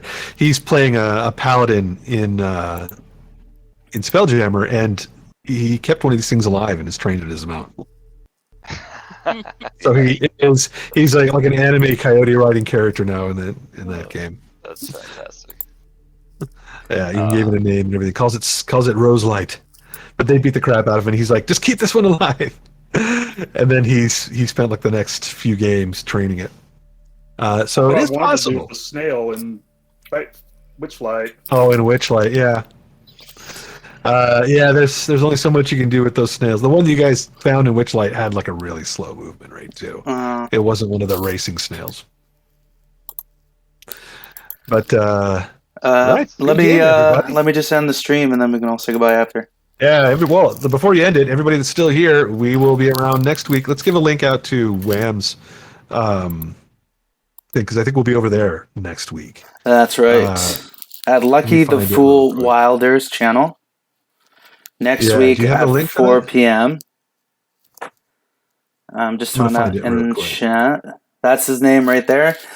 Next Thursday, 4 p.m., check out Lucky the Fool Wilder's Twitch channel. And if you go over to his YouTube channel, he's got recaps of the previous sessions. At 4 p.m. Pacific time. Did he start doing recaps on YouTube? He's got recaps on YouTube. Yes, I've watched a few. Really? Yeah. What? Okay, hold on. I need the link for that too. I didn't know Please that. send the link. I want to watch that. I'm gonna look. Actually, I'll find this. All right. So, thank you to everybody who's watching. Thank you to Zizzy. Yes. To Tara. He's going down the list. Do something. Thank you. Orion. Bye-bye. Orion. To Jareth for running the stream. For Solus for entertaining us with almost dying. And thank you, of course, to Ra, our fabulous DM who puts in all this work every single week and comes out with a great session. That guy's okay. All right, so until next time on Lucky the Fool Wilder's channel, have fun, and to quote the great Will Wheaton, play more games. Play more games. Always.